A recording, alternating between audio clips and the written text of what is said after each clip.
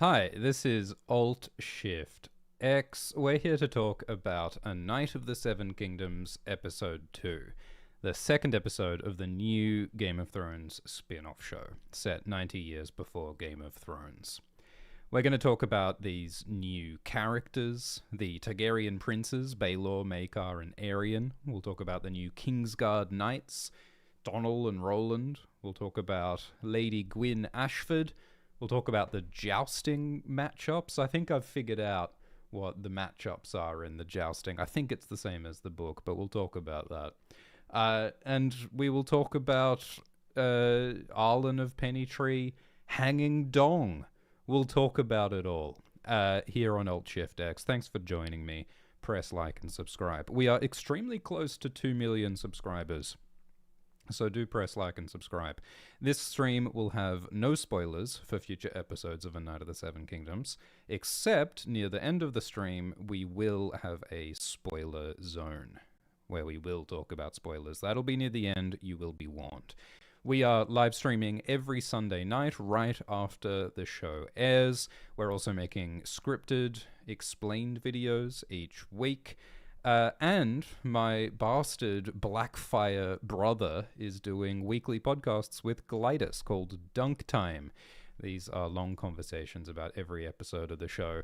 And episode 2 is already out now. Swift and Glidus, they keep beating me to it.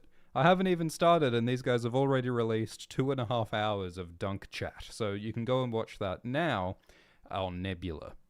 Signing up to Nebula is a good way to support Alt Shift X. So I do appreciate it if you subscribe to Nebula at the links in the description. Anyway, so what did you guys think of this episode? I'm going to talk through the script that I've written. It's going to be similar to the scripted video that we'll release soon, but it'll have a bit more detail, a bit more stuff in it. And I'm also going to respond to some of your questions, especially via Streamlabs donation, link in the description. So, this episode is titled Hard Salt Beef, because hard salt beef is the kind of food that a hedge knight eats. Hard salt beef is tough and plain and simple, just like a hedge knight is tough and plain and simple, just like Sir Arlen was tough, plain, and simple. So the sort of theme, the beginning and the end of this episode is about Dunk reflecting on the legacy of his father figure, Arlen. They call it a song of ice and fire. I call it a song of daddy issues, because there's a lot of father-son relationship stuff in these books and in these stories. In this episode, we also meet Prince Baelor Targaryen, Prince Maekar Targaryen, Prince Aerion Targaryen. We also get a little glimpse of Prince Valar Targaryen, which is exciting. This is how they all connect in the family tree on screen. And so we're going to talk about all of that now. So, in the previous episode, Dunk wants to join the Ashford tournament. And to do so, he needs to find a knight to vouch for him. Someone who says that, yes, Dunk is a trustworthy guy, and Sir Arlen was a real knight, so therefore Arlen knighted Dunk, and Dunk is a real knight. And Dunk asked Manfred Dondarrion to vouch for him, but Manfred refused. So now Dunk is going around telling other lords and telling other knights about Arlen, trying to find someone who remembers Arlen who will vouch for him. And it seems like no one remembers him. We get this montage of Arlen, and we get to see Arlen riding and traveling and singing, and indeed pissing with his enormous penis. We get graphic dong right at the beginning of this episode, like how we got some graphic diarrhea at the beginning of the previous episode. So they're really trying to shock us with something graphic at the beginning of each episode, showing that this show is more irreverent, it's more earthy than the other Game of Thrones shows. The showrunner Ira Parker in the After the Episode segment said that Arlen's enormous penis might have something to do with his sense of quiet confidence. His quiet self-assuredness might have something to do with his mastodonic dong. And yeah, you'll be surprised to know this isn't in the book. Jojo in the live chat says, "Wow, that was quite a prosthetic." The showrunner Ira Parker, in an interview, he declined to say whether the penis was prosthetic or if it's the actor's actual phallus. So the mystery remains. Maybe Danny Webb, the actor, does indeed just have a. Maybe he's packing. Maybe. Throughout this montage, Arlen has a wound on his arm. And you can also see the wound on his arm when Arlen is buried in the previous episode. So it seems as though everything we're seeing in this montage, it's all from Arlen's last days. And I wonder if that wound might have contributed to Arlen's death. Maybe it got infected or something. We also see Arlen sparring with Dunk, and I don't understand how Arlen is fighting against Duncan the Tall while Arlen has a wounded arm. Like, how is Arlen holding his sword with his wounded arm? That's crazy. Maybe that's just how tough he is. I don't know if it makes sense. But yeah, he's got that wound throughout. So the montage reinforces everything we know about Arlen being like a humble, simple, straightforward guy. Also a bit of an eccentric guy, a bit of a loner, a bit of a weirdo. Someone who's a bit hard to know. And so while Dunk does admire Arlen's values and his humble personality, there is a little bit of like weirdness or negativity or a bit of what is unknown about Arlen. And I think that's something very real. When someone dies, we have to come to terms with that person's flaws. And we also have to come to terms with how we don't know everything about people who die. We never fully know anyone, and I think that's something that's captured in this episode by Dunk's reflections about Arlen. So Dunk is going to all these knights and all these lords in Ashford, and he's trying to find someone who remembers Arlen. And so he talks to someone from House Ashford. He says, "So Arlen fought side by side with your brothers at the Red Grass. His squire, his own nephew, was killed in the battle." So the Redgrass Field was a battle of the Blackfire Rebellion. I'll pull up an image of the Redgrass Field, and then it will be on screen. So the Redgrass Field was like the climactic battle of the Blackfire Rebellion. And Arlen fought in that battle. He joined the army of House Hayford 13 years ago. Lord Hayford was the Hand of the King at the time. And so Arlen fought in Hayford's army at the Battle of the Redgrass Field and helped the Targaryens defeat the Blackfire Rebellion. Prince Baelor Targaryen and Prince Maekar Targaryen, and also Bloodraven, they also played key roles in the Targaryen victory. Baelor and Maekar's forces crushed the rebels between them like a hammer and an anvil. And so Baelor is called the Hammer, and Maekar is called the Anvil. And Bloodraven, their bastard uncle, rained arrows that killed Daemon Blackfire and his sons. I'm really excited to see Bloodraven turn up in this TV show one day. Bloodraven is Bloodraven is like low-key the most interesting and important character in this series in a lot of ways. We have a good video about Bloodraven on Alt-Shift-X, but yeah, I'm hoping to see him turn up in this show. We actually got a glimpse of Bloodraven in House of the Dragon Season 2, which was surprising. But Bloodraven is actually alive at this time in A Night of the Seven Kingdoms, so I'm excited to see him turn up. So, at the Battle of the Redgrass Field, Arlen fought under Lord Hayford's banner, and Arlen was right next to Lord Hayford when Lord Hayford was killed by Lord Gorman Peake, who was a rebel lord. And then Gorman Peake also killed Arlen's nephew, Roger. Roger was Arlen's squire. And so it was because of Roger's death that Arlen needed Dunk to be his new squire. And in the books, there's this sense of guilt that Dunk has. Dunk feels guilty that he replaced Roger. He feels like Roger was Arlen's rightful squire. And he's sort of replacing this dead boy, which is a weird feeling that they explore in the book. So in the Battle of the Redgrass Field, 10,000 men died, and they still sing songs of the heroism of Prince Baelor and Prince Maekar and their victory, but no one sings songs for Roger, and the Hayfords don't remember Arlen. They refuse to vouch for Dunk. So it's incredibly disappointing and depressing for Dunk to be asking all these lords about his dead father figure, and no one seems to remember him, and no one seems to remember his sacrifices. So after the Hayfords, Dunk goes and talks to Leo Tyrell. This is Lord Leo Tyrell. He's nicknamed Longthorn, and he's said to be one of the best jousters in Westeros. One of the best jousters ever. In the main Game of Thrones books, Lord Mace Tyrell, a descendant of Lord Leo, hopes that his sons, Willis and Loras, will be as good as Longthorn at tournaments.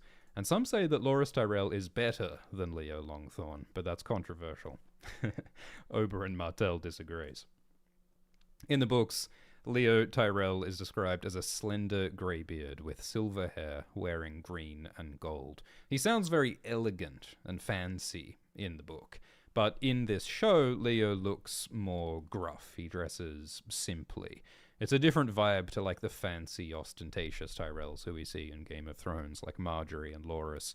You know, Loras is the knight of flowers, and Marjorie is incredibly graceful and beautiful. This is a different kind of Tyrell aesthetic that we're seeing here. Although, to be fair, like, Leo is just working, like he's sharpening a blade and stuff. He's not putting himself on display right now. He's off duty right now, so maybe that's why he isn't dressed so fancy.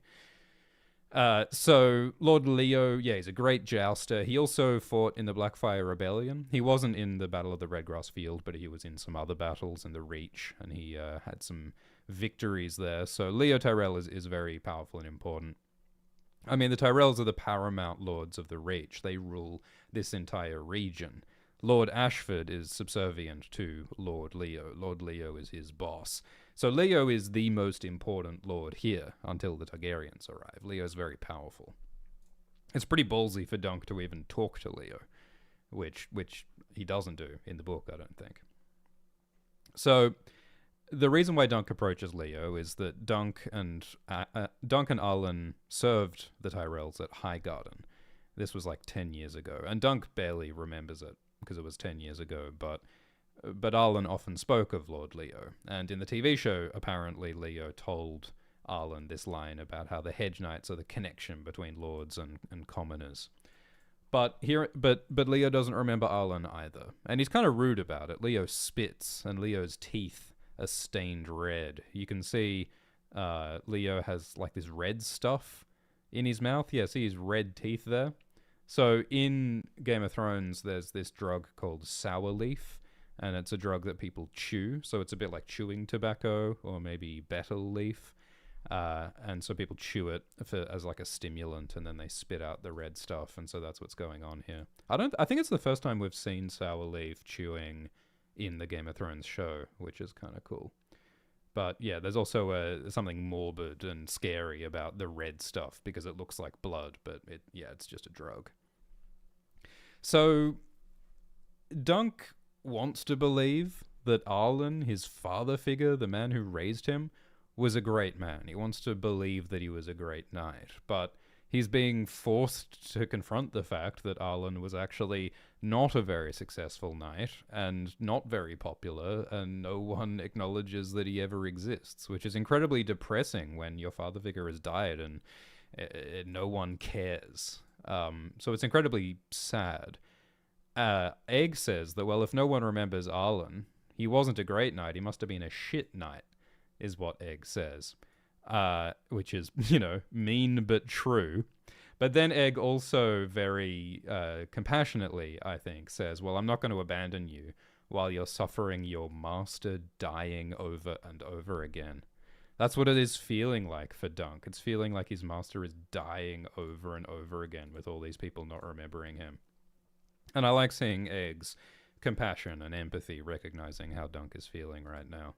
And then it goes on a angry outburst where he says that, well, you shouldn't even need anyone's permission. You should go and challenge Longthorn and shove a lance up his ass. And it's surprising that a young peasant boy like Egg would be so bold and so outspoken, so aggressive. Like, this kid is full of beans, isn't he? But Egg suddenly scampers away when the Targaryens arrive. In the book, Dunk thinks that, Egg's running off. I guess he must be shy. He doesn't want to go to the castle and see the princes. He must be shy. But it's a bit paradoxical, isn't it? Egg seems really confident in some ways, but he runs off when the Targaryens arrive. And so while Egg is all confident and rebellious, Dunk is not trying to rattle anybody, and he says that these upper class people, they are my betters. He internalizes and accepts this class structure where some people are better than others. And of course, this show is very much about exploring and criticizing class and this idea that some people deserve more because they're highborn, because they're rich, because they're powerful. So 4 Targaryen princes arrive at Ashford. This first one is Prince Baelor Targaryen. So Baelor Targaryen is nicknamed Breakspear after the time that he defeated Daemon Blackfire in a joust, and so he's named Breakspear for that. And he's also called the Hammer for defeating Daemon Blackfire again, this time in battle at the Redgrass Field. Prince Baelor is seen as wise and honorable. He's a charismatic and effective leader. But some people don't trust Baelor because he has dark hair. Baelor doesn't look like a classic Targaryen prince. He hasn't got the Targaryen blonde riz. He has the dark hair of his Dornish mother, Miria Martell. Because that's one of the great accomplishments of the current king, Daeron II Targaryen. He made peace with Dorne. He unified with Dorne. He brought Dorne into the realm. Up until the reign of Daeron, Dorne was separate from Westeros, and there were occasionally wars between Westeros and Dorne. And so as part of cementing that peace and that alliance, King Daeron married a Dornish princess. And it's because of that Dornish princess's dark hair that Baelor has dark hair, and Valar has mostly dark hair. So that was a real political accomplishment, but there's still some prejudice against Dornish people and prejudice against Baelor with his dark hair. In the books, Baelor has a crooked nose that's been broken a couple of times, and it makes him look less like a perfect prince. It makes him look more down-to-earth, more human. Baelor dresses plainly, but he still has a sense of power and certainty. Showrunner Ira Parker says that Baelor is reserved and thoughtful and kind and honest, while also being a, quote, big dog. He still has authority. He's in charge. So Baelor is one of the rare things in this story, which is a Targaryen politician who is a pretty good guy. At least that's what his reputation is. He seems to be a pretty well-intentioned, kind, considerate, effective, capable person, which is pretty rare in this world, a good politician. So, yeah, we'll see what decisions he makes as we go along. I like how we see Lord Ashford greeting Baelor. It's a bit like in Game of Thrones Season 1, Episode 1, when Ned is welcoming King Robert to his castle. This is a very important networking opportunity. This is an opportunity for people to hobnob and suck ass with the most powerful people in the world. They're trying to build some relationships and get some advantages and opportunities. And this whole thing is supposedly the birthday party of Gwyn Ashford. This is Gwyn Ashford. She's turning 13 in the books, and so this whole tournament is to celebrate her birthday. But as we see, Gwyn gets left alone and abandoned in the castle. So despite the fact that this day is supposedly all about her, no one's paying her any attention. It's really about the princes and the great knights. So yeah, that's Baelor Targaryen. He's the hand of the king, which means that he helps King Daeron rule. And he's a great warrior. He's said to be one of the finest knights alive. So Baelor is super important. And the herald says as much. We see this herald who says that, Baelor is the prince of Dragonstone, is the firstborn son of King Daeron, is the heir to the throne. And then Prince Maekar rides in, and the herald is like, and Maekar is also here. And the herald pronounces Maekar's name weirdly. He says Mirkar. No one can decide how this guy's name is pronounced. Is it Maekar? Is it Mirkar? Is it Maekar? Maekar, Mirkar, Maekar? No, who knows? I'm going to go with Maekar. We also see Valar. So Baelor's first son and heir is Valar Targaryen. You can actually see him in the background. See here in the background, this blurry fella. You can see his hair. And his hair is important. So, Baelor has the dark hair of the Dornish. Valar here, you can see on screen, has this blonde streak in his hair. He has mostly dark hair, but he does have the blonde streak, showing that he does have, that Targaryen blood in him.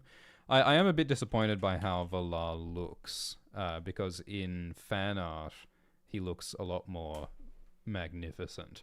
If you have a look at this fan art on screen by Evan Meal Amundsen, I really like this cool hair. Look at this cool hair in this fan art. I think that looks way better than the short hair that we get in the TV show here, but we will see more of Valar later. Valar is second in line to the throne, and Valar is called the Young Prince. There is also a younger brother called Mataris Targaryen, called the Even Younger Prince. I'll pull up the family tree. This is the family tree of the Targaryens right now. So Baelor Breakspear, heir to the throne, then Valar, then Mataris, then Aerys, then Rhaegal. So Maekar is what? Second, third, fourth. Maekar is sixth in line for the throne. And Prince Aerion Targaryen is eighth in line for the throne. So, there's a bit less expectation and less importance for this branch of the family. There was a time when there weren't many Targaryens around, but now there's heaps of Targaryens around, which is a little bit politically dangerous. It's similar to the situation in House of the Dragon, when there's a zillion Targaryens and a zillion different branches of the family. You want to have some spare heirs in case some Targaryens die, but you don't want so many heirs and so many offshoots of the royal family that there might be conflicts and there might be competition for the throne. That might be a bad thing, so it's a delicate thing. So yeah, this is Prince Maekar Targaryen over here. Maekar is the fourth son of King Daeron Targaryen, and he's grumpy about that. In the books, Maekar has custom personal heraldry. Instead of using the normal Targaryen dragon sigil, Maekar has 4 Targaryen dragons on his heraldry because he's the fourth son. And he always feels annoyed at that. He feels annoyed at being overshadowed by his older, more popular brother. Baelor is said to be one of the greatest knights in Westeros, and Maekar is also a strong warrior, but he's not as great or as famous as Baelor.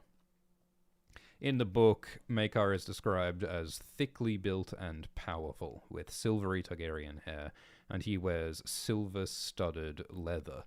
Maekar is a hard man. He's harsh. He's proud. The actor, Sam Spruill, was about 47 when this was filmed, but in the book, Maekar is just in his early 30s, and I think that's important. Maekar is the younger brother of Baelor. Maekar is the little brother. I think it's unfortunate that Maekar looks older than Baelor here in the show. Maekar is the father of Prince Daeron, Prince Aerion, Prince Aegon, and Prince Aemon, who we see as Maester Aemon in Game of Thrones. Maester Aemon in Game of Thrones is the son of Prince Maekar Targaryen. The second son of Maekar is Prince Aerion Targaryen. So he's this douchey prince who talks to Dunk in this episode.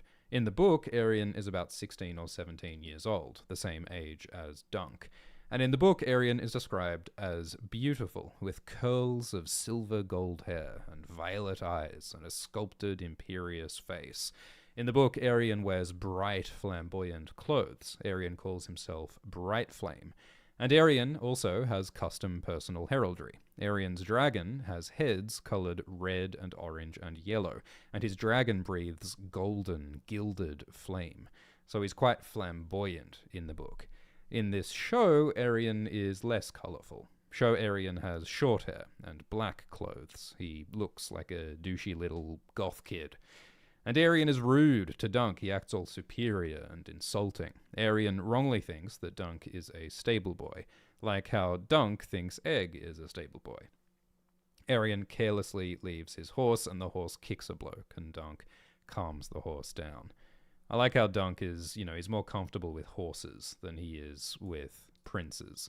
It's like a shy person talking to the dog at a party. Hanging out with the dog because they're too nervous to talk to people at the party. That's the energy that I get from Dunk here. So obviously, what's going on here is that we're seeing that these fancy princes are douchebags. At least some of them are, which, raises the question of, well, why do we let these rich assholes be in charge of the world when they're just arrogant, entitled twats? Like, why is this the state of the world? This is so unfair. And, corrupt princes. I mean, it's a lot like Joffrey. Like, Prince Joffrey in the main Game of Thrones show is a lot like Aerion. And funnily enough, they also robbed Joffrey of his long, luscious hair that he has in the books in the TV show. Both Joffrey and Aerion are described as having long, beautiful hair, but in the TV shows they have short hair. Well, I don't know what these shows have against men having long, beautiful hair. It's very unfortunate. So, yeah, Aerion is a dick. And then Dunk happens to meet some Kingsguard. Dunk just, accidentally meets a bunch of the most powerful, important people in this world. Which, in the book, there's more of, a reason for it. Because, well, there's a different reason for it. Because Dunk, at the moment, is trying to look for the horse master. He wants to find someone to sell his horse to at the castle, and that's how he ends up bumping into Aerion. And also Dunk accidentally wanders in and talks to Baelor and Maekar in the book because he's trying to look for Plumber, the steward. Whereas in the show, Dunk's plan all along is that he wants to talk to Prince Baelor to see if Prince Baelor remembers Arlen. And that's one of the biggest changes between the book and the show. Is Dunk deliberately approaching Prince Baelor. And personally, I don't like that change. We'll talk about it more, but personally, I don't like that change because it makes Dunk more assertive and more bold, whereas in the book, Dunk is really defined by his humility. And it's also a funnier scene in the book because Dunk is oblivious to the whole situation. But we'll get there. So Dunk is looking after Aerion's horse, which Aerion just irresponsibly left with no one attending to her. And Dunk gets approached by these Kingsguard, Roland Crake Hall and Donal of Duskendale. And Dunk is kind of starstruck meeting these people. Because Dunk is just a lowly hedge knight. He's at, the bottom of the rankings of knighthood in this world. Whereas Kingsguard are seen as the greatest knights in the realm. The showrunners compare them to, the Lakers in the NBA. So, Dunk is, a local street basketballer meeting LeBron and Steph Curry. That's what the Kingsguard are like. You can also see a third Kingsguard in the background, actually, and this third Kingsguard would be Willem Wild. Yeah, see this dark-haired Kingsguard in the background here? That'd be Willem Wild. There are 3 Kingsguard at Ashford currently. Now, in the book, this whole conversation is quite short. In the book, Dunk approaches the Kingsguard and he's like, "Hey, are you guys competing in the tournament?" Because he wants to know if he's going to have to go up against Kingsguard. Dunk doesn't want to have to compete and joust against the most skilled knights in the realm. So he's like, "Hey, are you guys competing tomorrow?" And the Kingsguard say no. It would be improper for the Kingsguard to compete in the tournament because Prince Valar is competing in the tournament. And Kingsguard are sworn not to harm the Targaryens and the royal family. So in the book, Dunk is like, phew, I'm not going to have to compete against the Kingsguard. In the TV show, they change the scene. They expand the scene into something a bit different.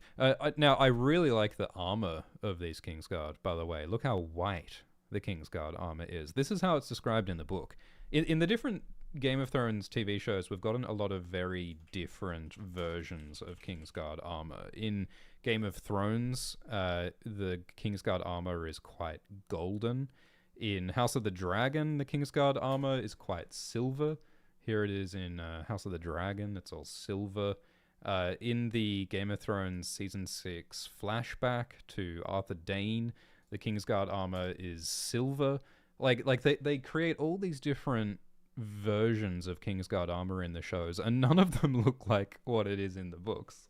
This new version in A Knight of the Seven Kingdoms, this is pretty much spot on, because it's described as white armor, white enameled armor, and it's white cloaks, it's white shields, it's all white. They look like snow, they look like ghosts. It's very evocative, poetically described.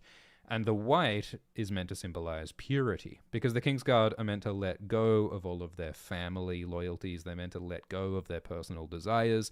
They're almost like monks. They are completely devoted and sworn to protecting and obeying the royal family. And now they've finally actually got that armor looking how it's described in the book. They've even got the 7 swords encircling the crown. That is the Kingsguard symbol as described in the book. So I really like seeing that. The Kingsguard armor in the books is sometimes described as scale armor as opposed to plate armor, but sometimes it's described as plate armor. It varies. And, you know, all these notions of like purity are nicely undercut by the tone and the manner of Donal and Roland here. Because Donal and Roland talk... Donal and Roland are irreverent, and they are not particularly respectful of the royal family.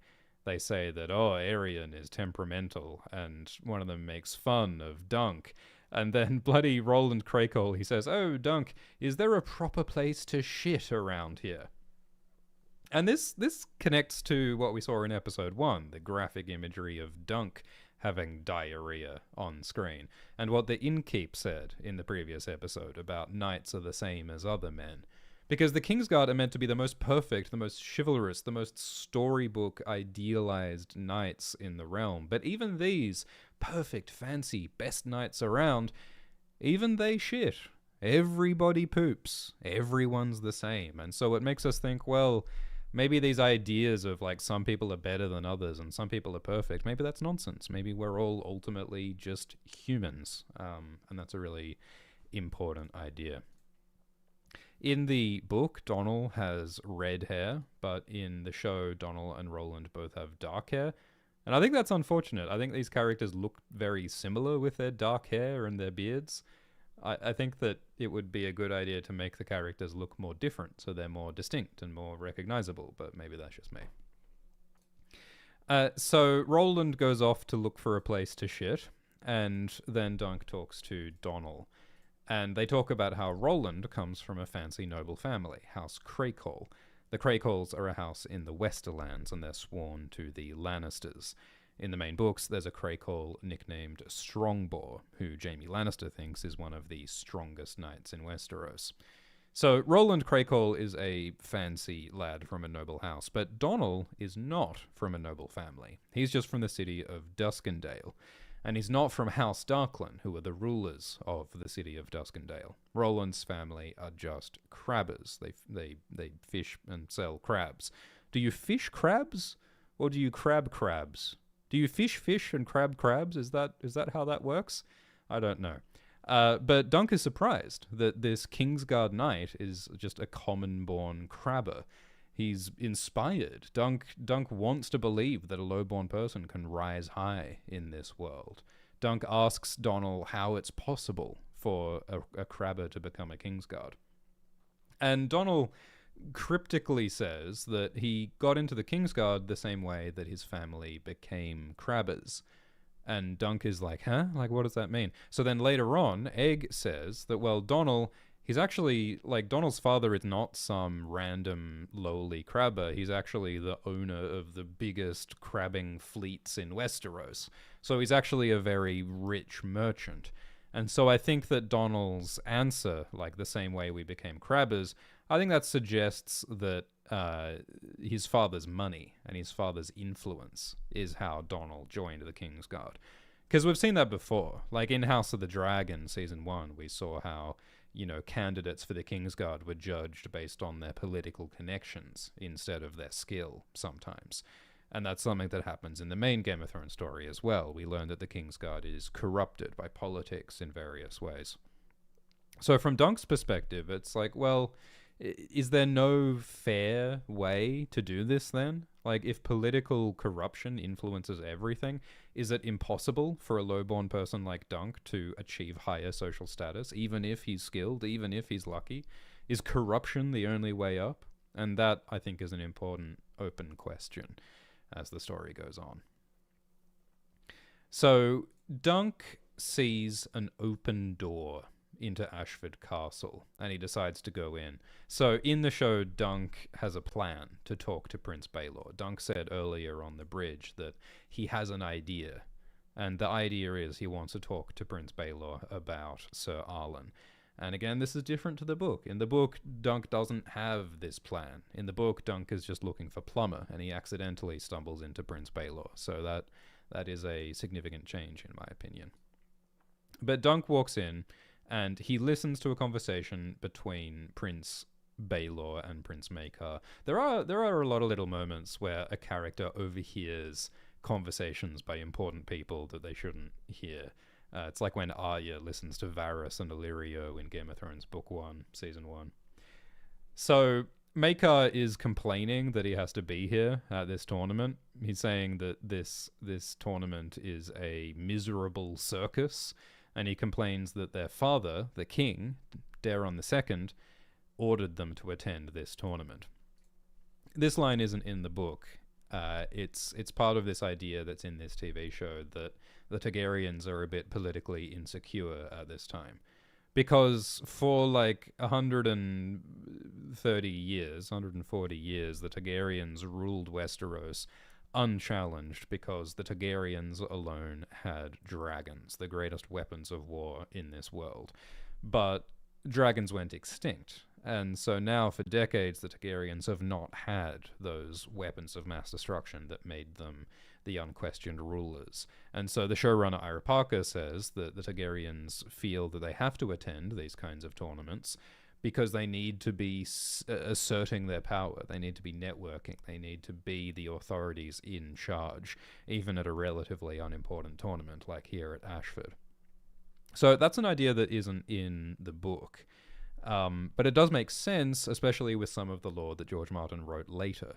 One of the interesting things about this book is that it came out in 1998, and at that time, George Martin hadn't written some of the lore about the Blackfire Rebellion, for example. George R. R. Martin later came up with the idea that, there was this Blackfire Rebellion that happened 13 years before the Hedge Knight, but the Blackfire Rebellion isn't mentioned in the Hedge Knight, because he hadn't thought of it yet. So it's one of those weird little canon things. It's almost like a retcon. It's almost like a small retcon. And so the TV show is adding in some of that context that wasn't in the original book by talking about that Targaryen political insecurity, the Blackfire Rebellion, and that connects to not having dragons. So I think this is a nice change that kind of smooths things and connects things. And it actually makes more sense with the book lore than the original book did, which is kind of fun. So Baelor and Maekar are talking about how two of Maekar's sons are missing, Prince Daeron and Prince Aegon. So I'll show you on the family tree. Prince Daeron is the firstborn son and heir of Maekar, and Prince Aegon is the fourth son of Prince Maekar. And so Daeron and Aegon have gone mysteriously missing, and we don't know why. Baelor says that Maekar shouldn't have tried to make Daeron compete in the tournament at all, because he says that Daeron is more suited to sitting a whore than riding a horse. Daeron has a bit of a reputation as a bit of a party boy, it seems, or a hedonist, it seems. And Maekar sees Prince Daeron as a great disappointment. Maekar says that Daeron will change. I will make my son Daeron change, or I'll kill him, which is a pretty wild thing to say. I think that Maekar's harsh parenting of his son Daeron is a lot like Randall Tarley's harsh treatment of his son Sam Tarley, who we meet in Game of Thrones Season 1. It's like Tywin Lannister's harsh treatment of his son Tyrion Lannister. There are a lot of really harsh dads in these books, and so Maekar and Daeron are another example. We also get more mention of some other members of the family tree. So Baelor mentions Rhaegal and Aerys. So Aerys is the second son of King Daeron. This is a different Aerys Targaryen to the Mad King Aerys Targaryen, who is Daenerys' father decades from now. He isn't born until another 50 years, but this is a different Aerys. And this Aerys is a weird nerd who's obsessed with old books and prophecies.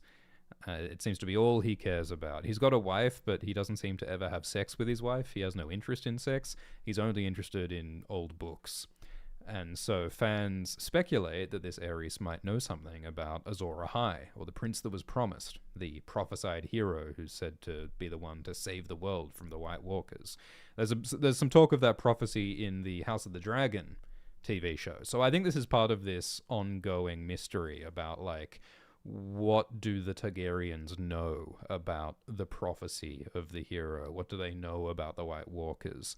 Because some of these TV shows reveal that Aegon the Conqueror knew something about this prophecy, and some of the later Targaryens knew something about the prophecy, but maybe the prophecy was forgotten and was lost at some point. And then in the books, it seems like it might have been rediscovered by Rhaegar and by Aemon Targaryen, and some people wonder what Bloodraven has to do with that. There's a long, interesting, complicated history to this prophecy stuff. And if you're interested in that, we talk about it in the Bloodraven video on Alt-Shift-X. So that's Aerys, and Prince Rhaegal is the third son of King Daeron. Rhaegal is said to be mad and meek. Rhaegal, quote, prances naked through the Red Keep's halls. So Rhaegal is an odd duck. This is a colourful family, a dysfunctional family. It is the Targaryens, after all.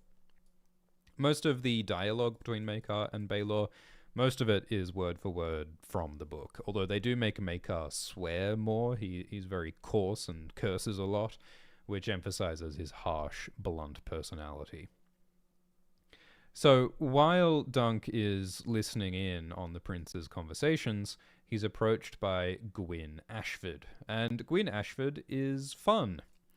Gwyn is just scampering about the castle, being a chaotic mischief goblin, which I think is really fun. Because, like I said, this whole tournament is supposed to be a celebration of Gwyn's birthday, but everyone's ignoring her. So she makes her own fun, and she messes with Dunk. She goes like blah and like throws her hand up at Dunk, and she just messes with him. And she excitedly says, scandalously says, "Ooh, maybe Prince Daeron and Prince Aegon are dead, and maybe there's going to be a war because maybe the princes are dead."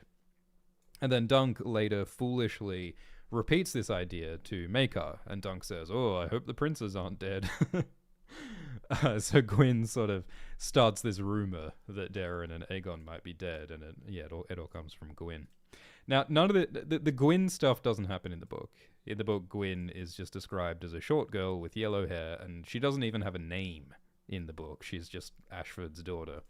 And there is sort of a thematic thing, like, part of this tournament is about crowning Gwyn as the queen of love and beauty. It's part of this idealized fairy tale thing where it's like, well, she's the lady of the castle, so she must be beautiful, like a fairy tale princess. But Dunk notices that in reality, Gwyn's not that pretty. Tansel is much prettier than her. And so, again, it's that sort of disillusionment thing of, well, just because she's the noble lady doesn't mean she's necessarily beautiful. It's not like the fairy tales. In reality, sometimes it's the commoners, like Tansel, who are pretty. So that there's a little thematic thing happening there that they don't include in the show. So in the show, Dunk gets spotted by Maekar, and he comes up and he talks to Baelor. And he asks Baelor to vouch for him so that Dunk can join the tournament. And this was Dunk's plan from the beginning in the show. And in the book, Dunk doesn't deliberately approach the princes. In the book, Dunk is way too nervous and humble to speak to a prince deliberately. In the book, Dunk accidentally wanders in while he's looking for Plummer, and he doesn't realize at first that these men are princes, and I think it's really funny. In the show, they're going for something different. In the show, Dunk is more brave, he's more assertive, he has a plan, he's a bit smarter, he's a bit sneakier coming in through the side door, so this is a difference in characterization of Dunk between the show and the book. So Dunk is approaching Prince Baelor because Arlen said that he once jousted against Prince Baelor at a tournament. And Baelor, to the surprise of Maekar, remembers Arlen. Maekar doesn't seem to be someone who cares about lowborn people. Maekar doesn't pay attention to people beneath him, but Baelor is attentive and thoughtful and empathetic. And he even cares about lowborn people. So they talk about some of Arlen's victories in various tournaments. Arlen once defeated Daemon Lannister, called the Grey Lion, in a joust at Lannisport, and Daemon is now the Lord of Casterly Rock, so he's a ancestor of Tywin Lannister and Tyrion and Cersei and Jaime. They also mentioned that Arlen once defeated Lord Stokeworth. The book also says that Arlen defeated the Bastard of Harrenhal in a melee, which is a combat on foot at a tournament. Arlen claimed that he broke 7 lances against Baelor, like they tilted and they rode at each other 7 times, and the lance broke on Baelor's shield 7 times. But Baelor says, it wasn't 7, it was only 4. So again, that idea of exaggeration and the stories not being exactly true. And that idea of Arlen is not as good as Dunk thought that he was. Dunk is learning the flaws of his father figure. But Baelor is kind to Dunk and says that he can join the tournament. So it's so Baelor's important because he's the one politician, he's the one prince, he's the one knight who is actually really nice and kind and well-intentioned. We've met so many corrupt asshole knights like Manfred and Stefan and Aery, and it seems like everyone's a liar, everyone's a cheat, but Baelor is the one guy, and he's such a powerful, important guy, and he actually cares. So it's like, oh, cool, like maybe the system kind of might be a little bit okay. Maybe there are some good people in charge. That's what's important about Baelor. There's a lot of comedy in Dunk's awkwardness here. There's a lot of comedy in this lowborn person trying to say the right things and trying to behave in a classy way with these classy people and kind of failing. Which is fun. So this solves the problem. Dunk is now allowed to join the tournament because Prince Baelor said so. Great. Success. And then Dunk goes and watches a play by Tanzil, the puppeteer. And Tanzil is wearing one of the largest hats of all time, to be sure.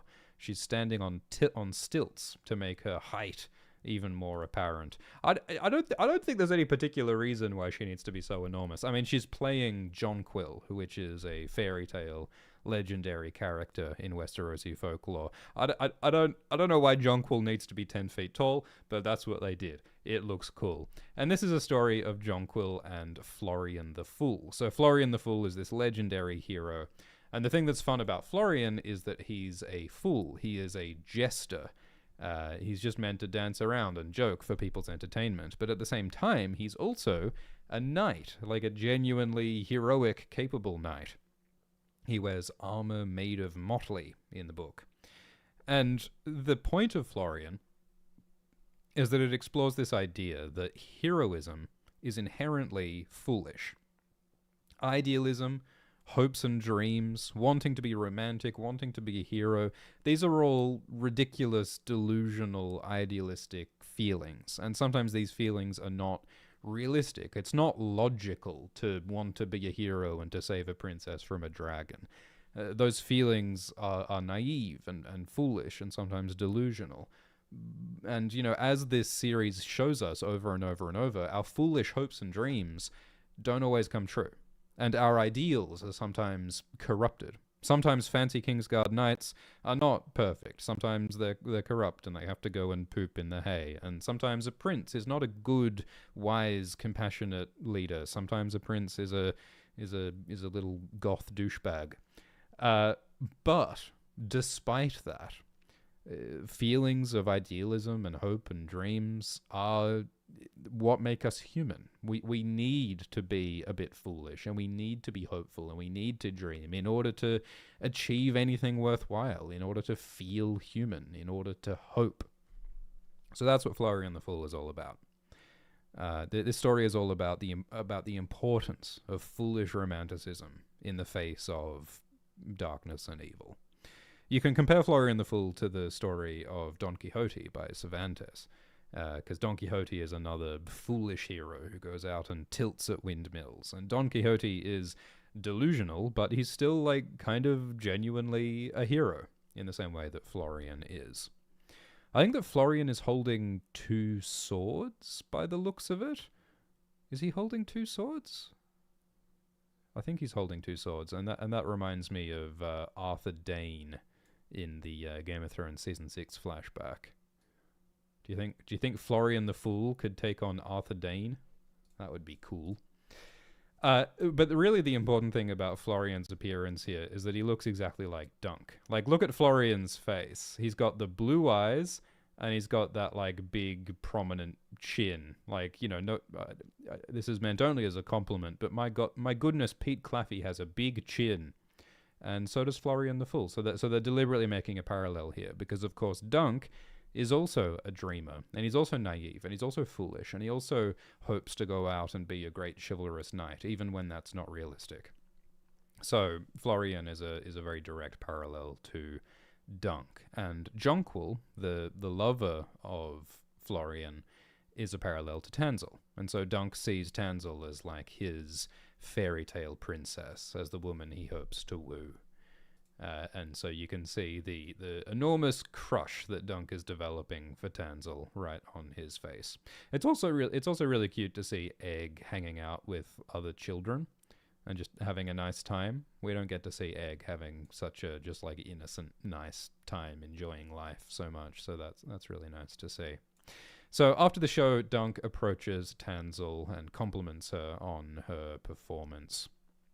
And he asks her to paint new heraldry on his shield, because Baelor said that you can join the tournament, but you can't use Arlen's sigil, his chalice on the brown background, because only the son of a man is allowed to inherit his sigil.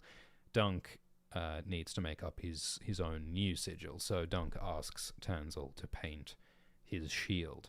And since Dunk is a bit thick as a castle wall and as slow as an aurochs, Dunk doesn't even think of what sigil he wants. He doesn't even think of what new heraldry he wants before he asks Tanzil. He's just like, can you paint my shield? And she's like, with what? And he's like, And so they have to come up with something on the spot, and Dunk thinks, well, give it like a sunset-colored background, because Arlen loved sunsets, and Egg says, well, put an elm tree on it, because that's where we're camping at the moment, is under an elm tree, and Dunk says, and put a shooting star on it, like the shooting star that we saw. So they construct Dunk's heraldry, they construct Dunk's identity on the spot, just like how Dunk invented his identity on the spot in the previous episode, when Dunk says, I'm Sir Duncan the Tall, because Lionel said be tall, and Egg said Dunk is short for Duncan. So again, it's all about creating Dunk's identity. Egg asks about the fire effect that the puppeteers did with the dragon in the previous episode, and Tanzil demonstrates how she throws pollen into a fire, and the pollen catches light, and it looks really cool. And Tanzil explains that they collect the pollen from flowers as they travel, and they use that for the fire effects, which is cool. I wonder if that upsets the Beesburies at all. The Beesburies with their bee sigil, it's the bees who are meant to collect the pollen, but here Tanzil is collecting pollen. Theory. Big brain theory time. Do you think Tanzil is a Beesbury? Do you think Tanzil is, like, secretly a Beesbury bastard? The prophesied bee queen. Maybe she's the queen bee. Tanzil is the queen bee. Yeah, hell yeah. Bees in the chat. Bees in the chat for queen bee. I reckon that's what's going on here. Look out for that twist next episode. The reveal of Tanzil as the queen bee. She's going to sting Arian on his big fat face. Or maybe not. All right, so they're talking to Tanzil. She shows off the fire effect. And Dunk is crushing on Tanzil hard. And Dunk is extremely awkward with his crush. Tanzil says that they call her Tanzil too tall. And Dunk says, you're not too tall. You're just right for... And then he stops. Because Dunk was about to say, you're just right for me. Or he was about to say, you're just right for kissing. Because in the book, Dunk thinks about how he once kissed a tavern girl. But the tavern girl was so short that she had to sit on a table to be high enough to reach Dunk's lips. So Dunk is thinking that, Tanzil's tall. She's just the right height for me to kiss. And, I love the sweetness and the innocence of that. I love how sweet and innocent Dunk is. As sweet and innocent as Florian the Fool, no doubt. Dunk is crushing on Tanzil hard. He's very awkward. Egg is a pretty good wingman. Like, Egg jumps in and says... just right for puppets, is what Egg says. So Egg is trying to help Dunk out. with Tanzil, which is lovely. And Tanzil seems to find this amusing, and she's almost as awkward as Dunk is. Really, she's a bit more withdrawn. She's a little bit defensive, but she seems to like Dunk too. So it's fun and cute and awkward. And remember, in the book, Dunk is 16 or 17 years old. So I think that this awkwardness maybe works better in the book because Dunk is so young. He's a teenager in the book. The dialogue in this scene is almost word for word the same as the book.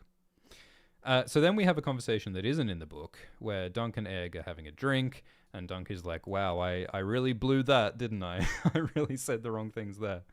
And Egg tries to be encouraging, which is nice. And then they talk about their respective disadvantages. So they talk about how Dunk is a bit stupid, and Egg talks about how he's physically small and puny. And so, it's a bit of a master blaster dynamic, like Egg has smarts and Dunk has strength. And so together they make a good team, and together they make a good comedic duo because they're very different. They're both underdogs in different ways. And so it's fun to explore their differences and their similarities between Dunk and Egg. And then Lionel comes up and recruits Dunk for a tug-of-war.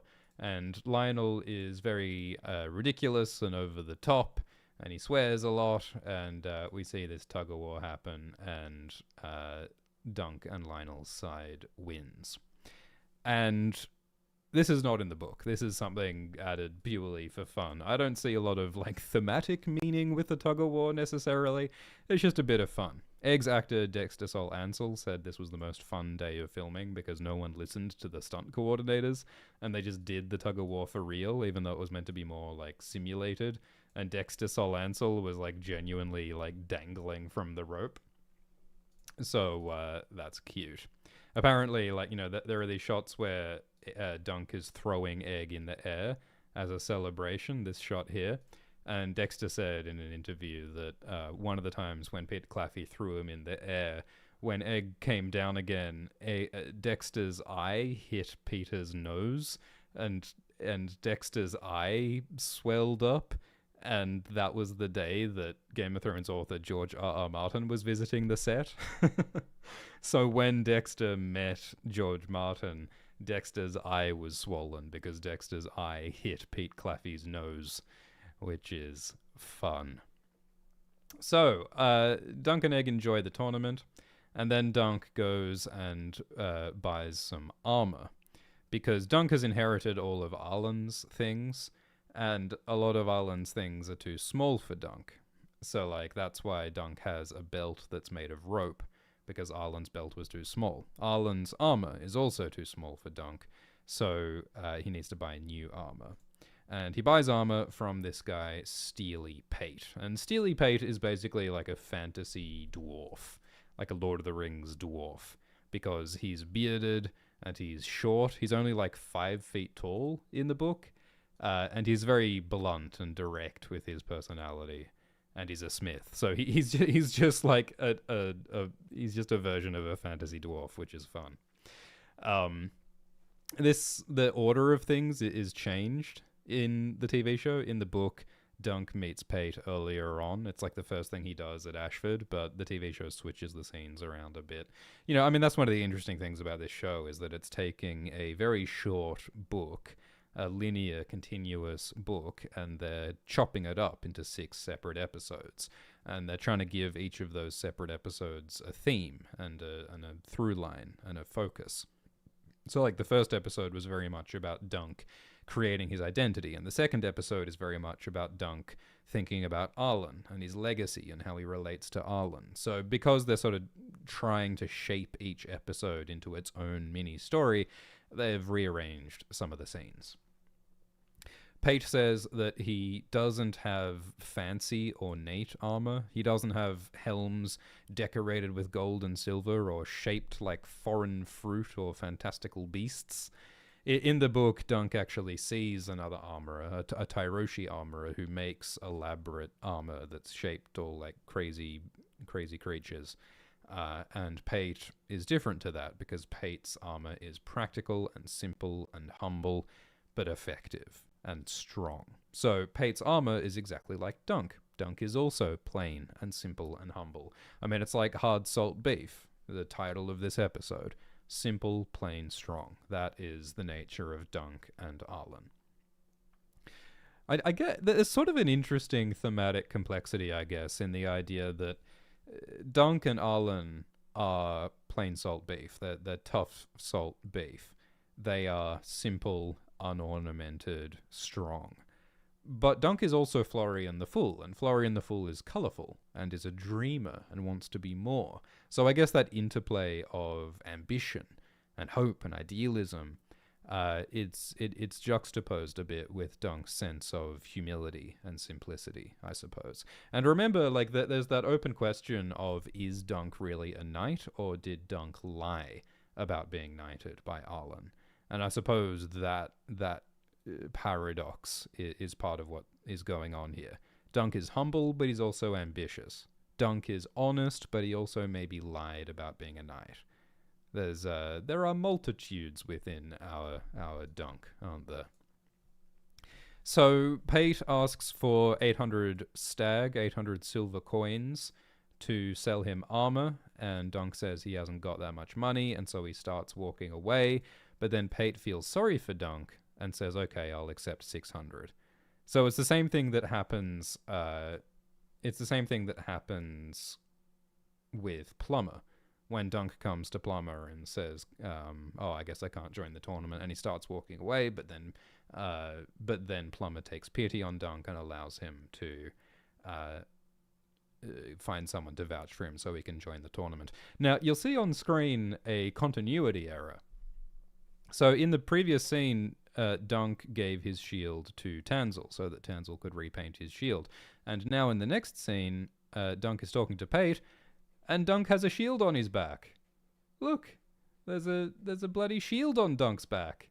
Where'd the shield come from? We just saw Dunk gave his shield to Tanzel, and now later, Dunk has his shield again, and the shield is weirdly black.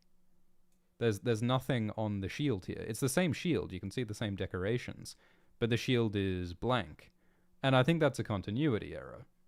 I think the reason for this is that, as I was saying before, the order of these scenes is changed from the book. In the book, this scene comes earlier, before the conversations with Tanzel. And so my guess as to what happened here is that maybe originally this scene was going to be in the first episode, but they decided to change the order of the scenes later in post, in editing. But unfortunately, Dunk had his shield in this scene, and so they were like, oh, crap. He shouldn't have his shield, but he has his shield. I guess we'll just, like, CGI Arlen's heraldry off so it looks like it's a different shield? And, like, maybe they considered trying to CGI the shield off entirely, but I imagine that would have been a pain in the ass to do because you would have had to, like, show Dunk's cloak underneath it, and I think a cloak would be difficult to CGI out without it looking weird. So, you know, correct me if I'm wrong, but I think this is a continuity error. I think this is a mistake in the editing, and they just, like, couldn't fix it or forgot to fix it. Dunk shouldn't have his shield, but he does. Funny, innit?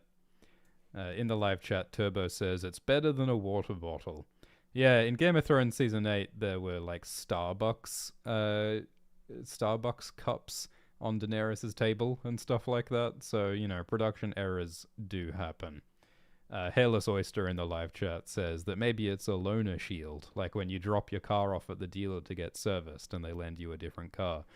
Maybe, yeah, maybe Tanzel or someone gave Dunk another shield, or maybe Dunk has a spare shield that happens to look just like Arlen's shield, just without the heraldry. I think it's an error. Anyway, it's not a huge deal. Ira Parker said, "Oh, our show is pretty low budget. Please be nice if there's any shortcomings in this show. Maybe this is that moment. I wonder if they might fix this later. Like when the Starbucks cup appeared in Game of Thrones Season 8, they CGI'd it out and then they updated the episodes on HBO Max to remove it. I wonder if they might do the same thing here. I wonder if they might CGI the shield out. Maybe it would be better to put a different design entirely on it. you know, just to show that it really is a different shield. Anyway. So Pate takes pity on Dunk and says he'll accept 600 stag as payment for the armor. So it shows how Dunk's humility and his honesty are charming, and people like to help Dunk out because he's a nice guy. Dunk is refreshingly different to all these other arrogant knights, and so people are refreshed by that, and they're kind to Dunk. Although Pate also gives Dunk a bit of a reality check and says, you're not likely to win this tournament. As Pate says, like all these other knights, they didn't just come here to cheer you on as you win. Every other knight here is here because they think they can win. So it's not very realistic for Dunk to think that he can win. So like Florian the Fool, Dunk is a little bit delusional, perhaps. To pay for the armor, Dunk sells his horse Sweetfoot. So Dunk has 3 horses. Sweetfoot is like the comfortable riding horse. Chestnut is the old sway-backed stot. Chestnut is old and kind of useless. Thunder is essential because Thunder is the warhorse, and Dunk needs Thunder for riding in the tournament. So Sweetfoot is the only horse who Dunk doesn't need and also is valuable enough to be worth selling. And Sweetfoot is kind of Dunk's best friend, because Dunk has known Sweetfoot for years and years when Arlen was riding Sweetfoot tirelessly over thousands of miles, all up and down the Seven Kingdoms, end quote. And we've seen Dunk talking to Sweetfoot throughout the show. So it's really sad when Dunk says goodbye to Sweetfoot. He says goodbye to his best girl, he called her. And Dunk promises that if he wins in the tournament, he will come back and he will buy Sweetfoot back. In the book, there's a whole sequence of Dunk haggling with the horsemaster Henley and negotiating for a better price, etc. And they removed that from the show because it's not very important. Although they include the bit when Dunk gives Henley extra money and says, buy Sweetfoot an apple or some oats. Look after Sweetfoot well. And in the book, it talks about how Arlen said, you should never love a horse. You should never care about a horse too much because horses die. But Arlen didn't take his own advice. Arlen often spent his last penny on an apple for the horses. So Dunk is like Arlen in that they both are kind to animals. Dunk still has the shield on his back, even though he just gave his shield to Tanzel, which I think is a production error. Also, Dunk says, is there any measure of a fool I fail to meet? Which is a very flowery way of saying, I'm a fool, I'm an idiot, I'm a dreamer, I'm delusional, I'm not likely to win this tournament. Because remember, Dunk is betting everything on winning his first joust. If Dunk loses his first joust, he loses his horse, he loses his weapons, he loses his armor. The victor of the joust gets the loser's stuff, and the loser has to buy the stuff back. But Dunk doesn't have enough money to buy his stuff back. So if Dunk loses his first joust, he loses everything. He's financially ruined. He has nothing. He can't be a knight. So this really is a crazy risky thing to do. He is being a fool by taking this risk. So then Dunk has a chat with Egg, and this is another conversation that is not in the book. And Dunk complains that there's a bug in his cider, which is like in Game of Thrones Season 6 when Tyrion does that sort of cringe, unfunny joke about the Dornishman who wants a bug in his wine or something. I don't know why they're evoking that, but they are. And Dunk is a dreamer, and he's like, if I can win, if I can be a champion, even just for a moment, then maybe I'll get a job with a great house. Maybe House Targaryen will employ me. So Dunk is being a dreamer. In the book, Dunk talks about how he wants a place above the salt. And the idea of above the salt is a medieval concept about at a feast, there's a big table, and in the middle of the table is a big ceremonial salt shaker, because salt is valuable back then. And the more important people sit up at the top of the table above the salt, while the less important people, the lower class people, go below the salt. And Dunk is hoping maybe I can be above the salt. Maybe I can be up with the fancy people if I can prove myself and get a job and be employed by a lord. And Egg says, that's not realistic. You're dreaming. You're not going to get a job with the bloody royal family because the royal family doesn't employ hedge knights. The royal family employs fancy people. And Dunk says, well, Donald of Duskendale, he's a commoner, and he's a Kingsguard employed by the royal family. And then Egg says, nah, Donald's father owns half the crabbing fleets in Westeros. So it's that disillusionment. It's that, oh, maybe the world is corrupt. Maybe there is no chance for a commoner. Dunk really is a fool like Florian. And then the jousting begins. We finally get some jousting. So George R. R. Martin wrote the book, The Hedge Knight, because he was inspired by a movie called Ivanhoe. And Ivanhoe has all this medieval pageantry, and it has these jousting sequences. And it's good fun. I actually recommend the movie Ivanhoe. I think it's the 1958 Ivanhoe movie. It's good fun. You should watch it. And in fact, myself and Glidus had a conversation about Ivanhoe that you can watch on Nebula. Nebula is an independent streaming service owned by creators.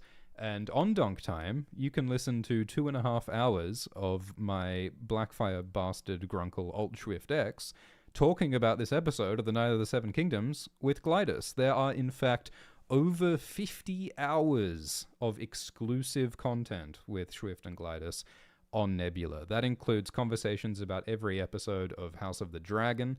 The season 1 stuff is exclusive. That's not on YouTube. And also The Fake Jon Snow is a 22-hour-long video in which Glidus and Swift talk about Jon Snow, Kit Harington, in Game of Thrones. So you can watch all of that stuff on Nebula. The link to sign up is below. And it does help support Alt-Shift-X if you sign up to Nebula. If you are a true knight, you can sign up at nebula.tv/Alt-Shift-X. If you're a Blackfire bastard, you can sign up at nebula.tv/Alt-Swift-X. The link to watch Dunk Time number 2 is in the video description. If you're a Nebula subscriber, you can listen to Dunk Time right after A Night of the Seven Kingdoms airs. Right after A Night of the Seven Kingdoms airs, you can instantly go to Nebula and listen to Swifty and Glidus talk about it for hours. So it's a good way to hear some more content about this show, and it's a bit different to the tone of Alt-Shift-X. Swifty and Glidus are, I think, a bit unprofessional. I think that Alt-Swift-X and Glidus are a bit silly, in fact, and I think they're a bit opinionated. I don't get so opinionated on Alt-Shift-X. So if you want to check that out, you can check that out at the link below. Anyway, what were we saying? Jousting. I mean, that segue was so smooth, I couldn't help myself. So at the jousting, we want this to be good because George R. R. Martin was inspired by the jousting in Ivanhoe. George R. R. Martin said that he wants the jousting in A Night of the Seven Kingdoms to be the best jousting ever put to film. Ira Parker said that they decided to do some jousting at night. He says that that might be unique. Like, maybe there's never been night jousting put in a TV show before. I suspect that the reason for the night jousting might be because of the low budget of this TV show. I wonder if the darkness of the night jousting might be to hide any wonky CGI, because they don't have the money for super expensive CGI, and I'm assuming there is a fair amount of CGI here because it's way too dangerous to have people actually hit each other with lances while riding horses. I imagine it must be a safety nightmare to have stuntmen riding at each other with lances. So I wonder if they used the night shoot to hide some wonkiness in the effects.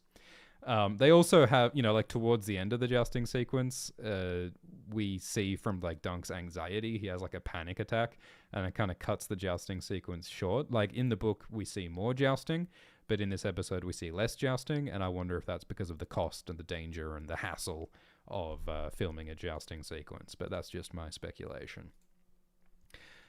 In the book, Dunk thinks that he could watch the jousting from the viewing stands among the lords and the knights. Like, Dunk is a knight, or at least he's convinced everybody that he's a knight, and so Dunk should have the right to watch the jousting from the viewing stand with the fancy knights.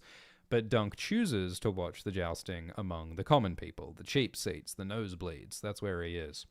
And that speaks to Dunk's humility, and that also speaks to Dunk maybe actually not really being a knight.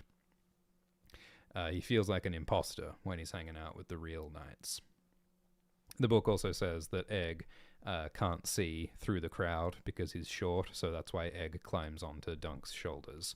So he has a view that isn't just people's asses. So the jousting's beginning, and all of the knights are showing off. This is the opportunity for people to look cool and to dress up and to be strong and to cement their reputations. They do all these little antics and performances to try and be cool and funny and memorable.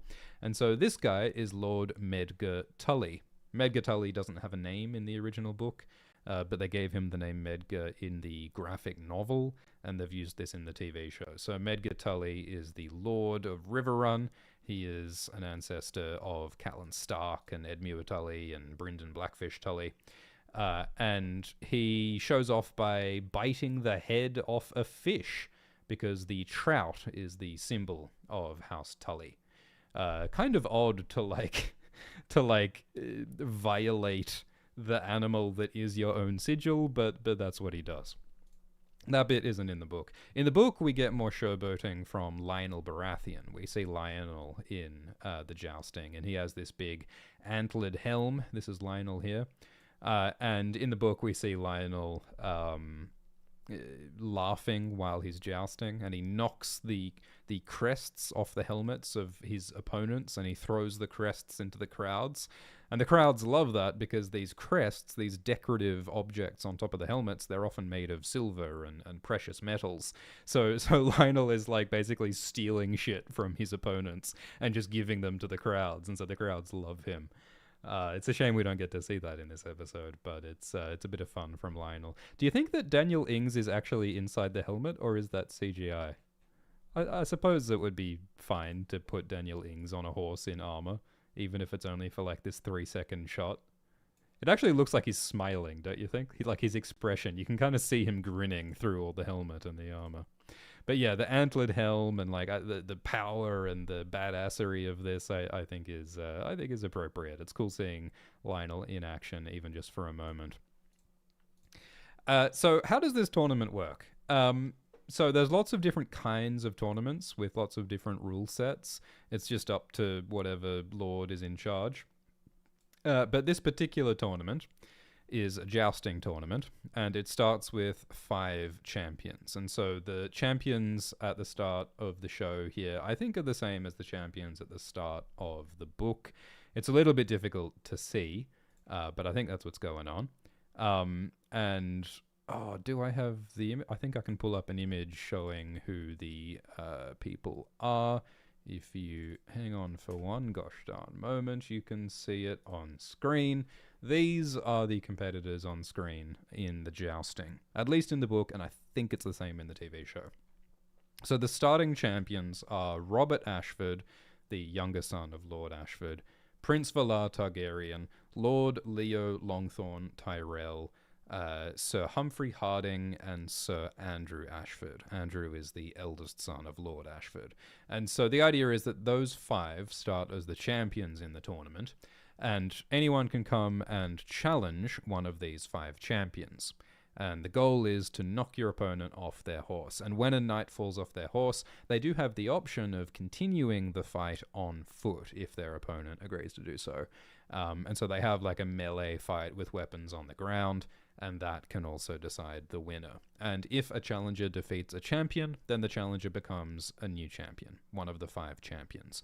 And so the 5 champions keep riding and keep being replaced until there's a final 5 at the end. And at the end of the tournament, the final 5 champions, they decide whether to crown Gwyn Ashford as the, quote, Queen of Love and Beauty, which is like this ceremonial, symbolic thing of the prettiest lass in town. And I think they're going to crown Gwyn. It would be very rude to not choose Gwyn as the prettiest lass at her own birthday party. Rhaegar. because Rhaegar Targaryen famously crowned Lyanna Stark as his Queen of Love and Beauty at the tournament of Harrenhal a long time ago.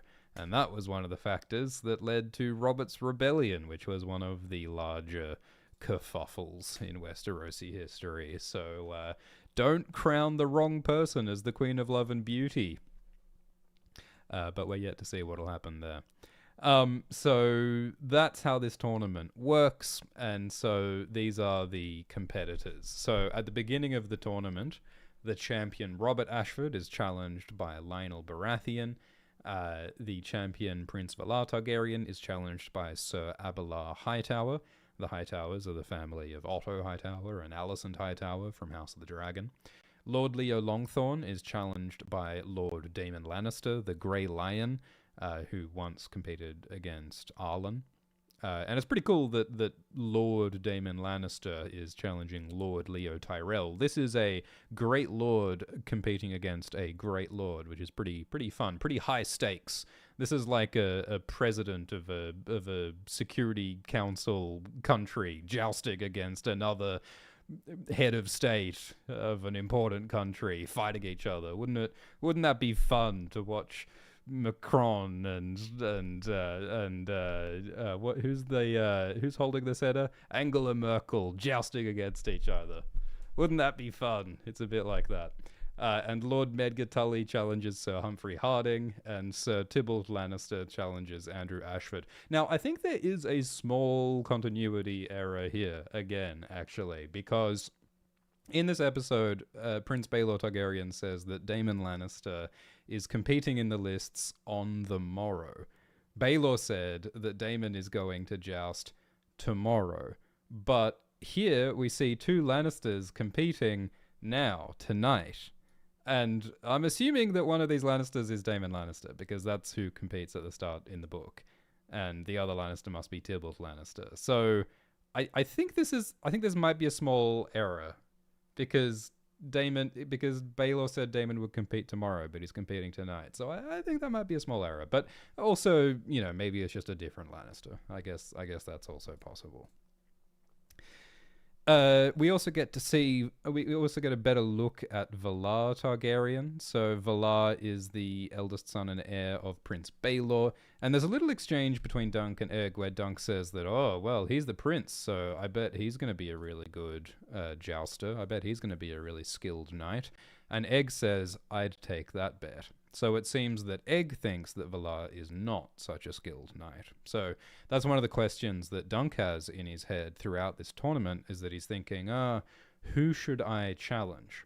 Which of these champion knights do I have the best chance of defeating? And he wants to pick one of the weaker opponents, because he knows he can't beat Lord Leo Longthorn, He knows that he probably can't beat Lionel Baratheon. So Dunk is thinking, maybe Valar Targaryen is someone who I should challenge.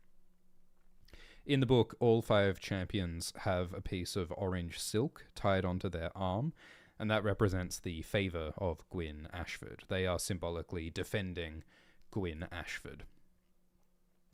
So the first tilt begins, and so 5 knights ride in to hit 5 other knights, and it is cool and fun and glorious. In the book, all 10 lances break.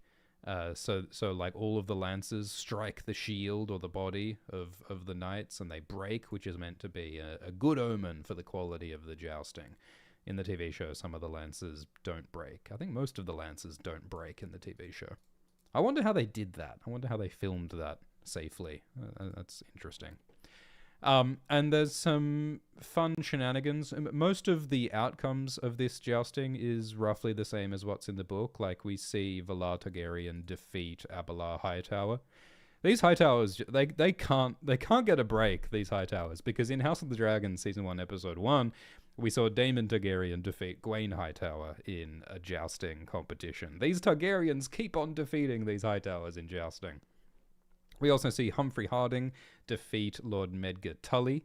In the book, we see Lord Tully and Sir Harding have a melee battle, a big dramatic fight on the ground, and Harold Harding wins.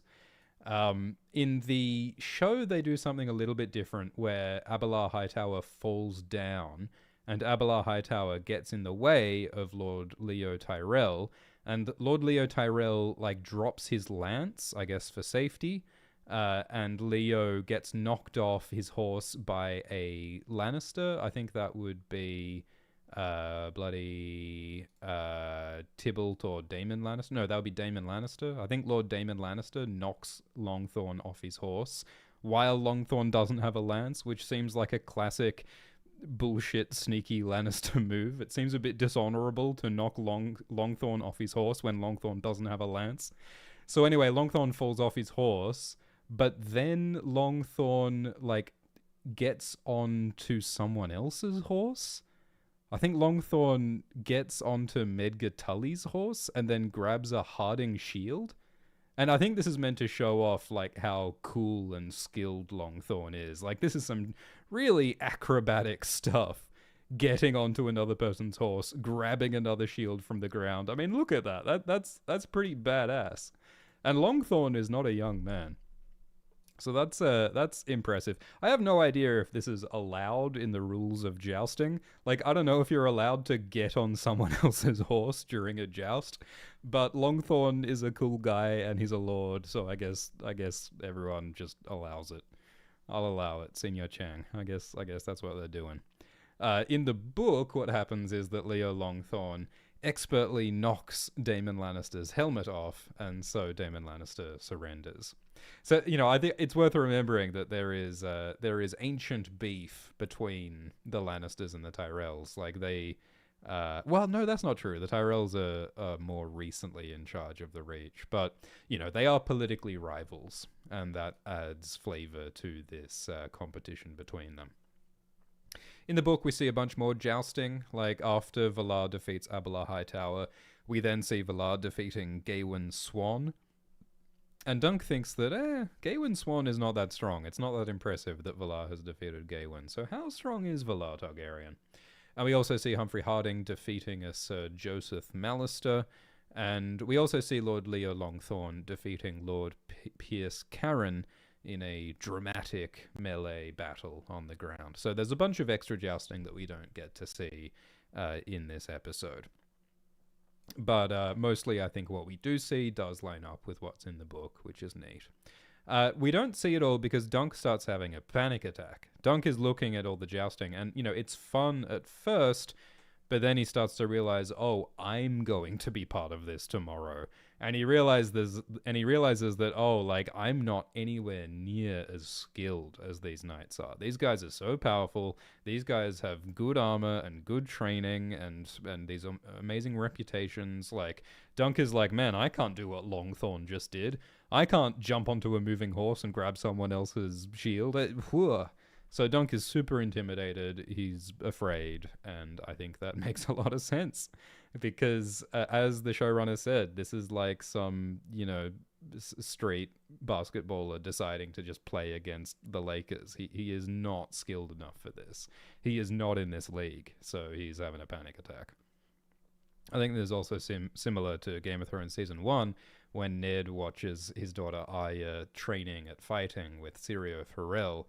And at first it's like, oh, this is cute, this is fun. But then Ned realizes, oh, wait, fighting is bad, actually. Violence is dangerous, actually. And so he starts getting all traumatized by it. So, yeah, it started fun, but it's a bit scarier when Dunk realizes that he's going to have to do the same thing. I think there's another small continuity thing here where during Dunk's panic attack, we see Ashford go against the Lannister and stuff. I think, yeah, no, here we are. We see Abelar Hightower. We see this shot of Abelar Hightower, and we see this shot after Abelar Hightower already went down. Like, earlier we saw Abelar Hightower knocked off his horse, and now later we get another shot of Abelar being hit. And I think that is either an extremely small continuity error, or it's just like a non-linear thing. Like, Dunk is seeing the past in this moment from his perspective. Things are disjointed in his perspective, but it's a very minor thing. I don't know if this Lannister on screen is Tybalt Lannister or Lord Daemon Lannister. It'd be nice if we could get a closer look at their costumes. Maybe in the behind-the-scenes feature, it'll be possible to get a closer look. Because it looks like there's like a lion thing on the helm here, and that's one of the fun things is a lot of the knights have ornamental helmets with cool stuff on them. Like in the book, Valar Targaryen has a big red dragon sculpture on his helmet. It's the same as in the movie Ivanhoe. I think that's where George got the idea. In the movie Ivanhoe, a lot of the knights have these decorative things on their helmets that look cool. So then Dunk goes back to camp, and he's kind of processing everything that's just happened. I mean, we see Egg being cute. Egg is playing make-believe, and he's imagining himself fighting against Blackfire bastards. So the Blackfires are the bastard branch of the Targaryens who did a civil war 13 years ago. And he's being all cute and acting like a child, but then all of a sudden he's like, oh, Dunk is listening. And then he's like, yeah, splendid writing tonight. The part with the fish was disgusting.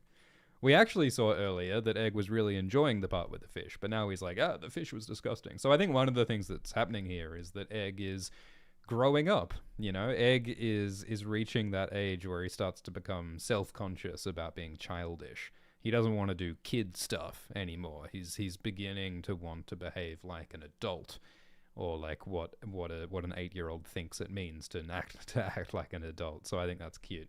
This is a growing up story for Egg as well as for Dunk. And so Dunk is saying that, you know what? I've thought about it, and I think that Arlen was actually not a good knight.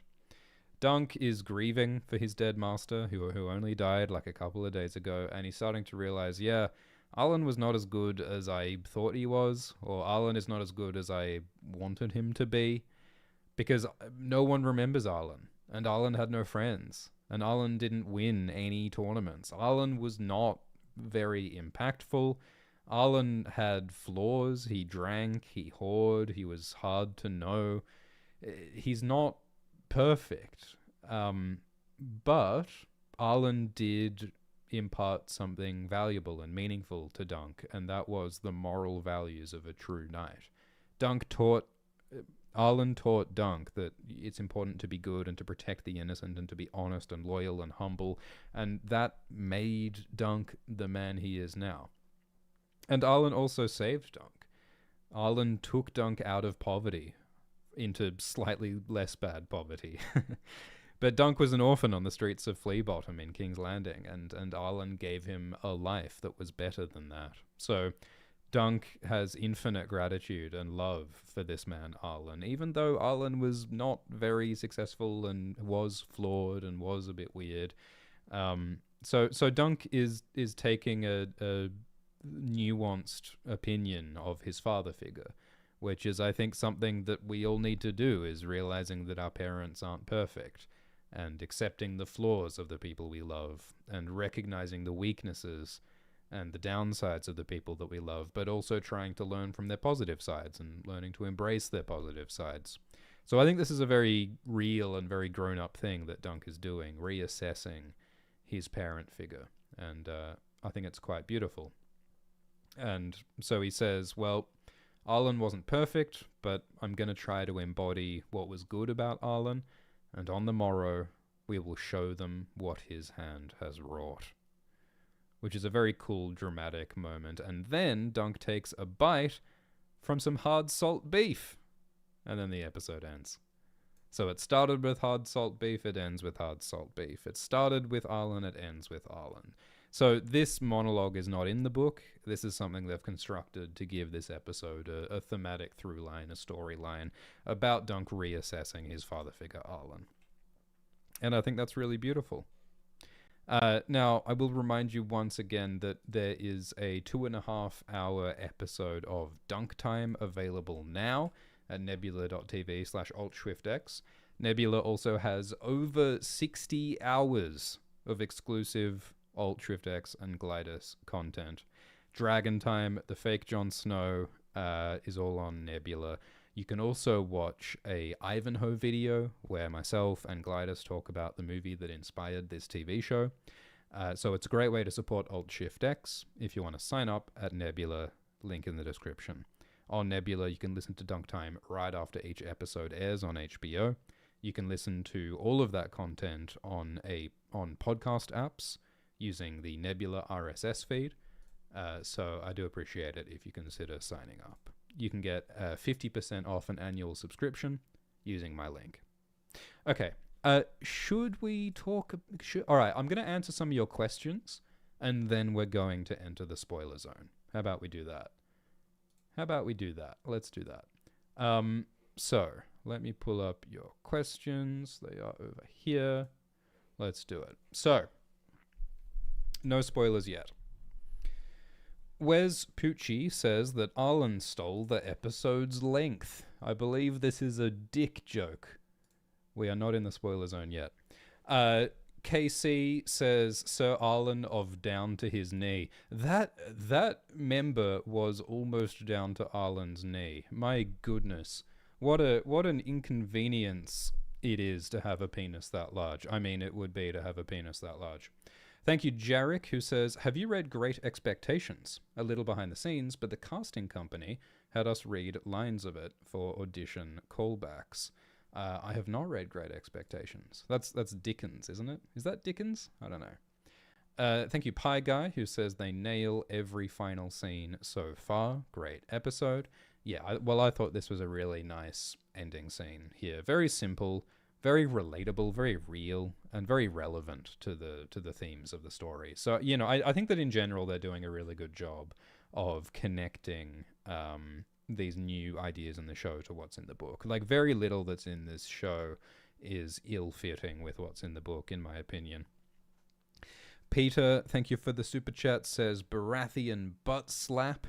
Yeah, Lionel gives Dunk a hearty slap on the rear during the tug of war. It really seems like Lionel has a crush on Dunk, doesn't it? Thank you, Jacob, who says, really like how it's starting to explore the themes of identity and knighthood so far. It's just the beginning, but I'm glad they're already on it. I mean, we're 2 episodes into a 6-episode season. We are a third of the way through the story, so I would say we're past the beginning. I think this is the end of the beginning. This is the beginning of the second act, perhaps. But yeah, I agree that they are very, very squarely addressing the themes of identity and knighthood. And I think they're making them a bit more explicit than in the book, perhaps. And that's something that TV shows generally do, is having to be a little more direct and a little more explicit compared to what's in the book. KC says that Sir Arlen hangs hard salt beef. He sure does. Well, I think it was flaccid salt beef at the time, but it most certainly was salt beef. Thank you, Azor, who says, Shift, have you ever read The Adventures of Dorian Cack by Martin Cordial? It's a surreal meditation on nostalgia, identity, and moving on. You'd love it. Thundungus. Yeah, no, I have read that book. There is a very obscure writer called Martin Cordial who has written some short stories that I do enjoy. They are on YouTube on a channel called Random Article, I think. And there's a story called The Adventures of Dorian Cack, which is fun. I also like the story Horse Smoke. If you search up Horse Smoke by Martin Cordial, I think that's a cool story. It's set in some kind of alternate world where like horses are like burned as like a power generation thing or something, but it's a sort of like introspective story with some funny kooky characters, and it's pretty fun. So yeah, if you're interested in some kooky fiction, then maybe go and search up Martin Cordial and Horse Smoke on YouTube. Thank you, Jax, who says, this is the loveliest A Song of Ice and Fire episode ever made. They captured the energy of the book so incredibly well. I loved every performance. I loved the jousting.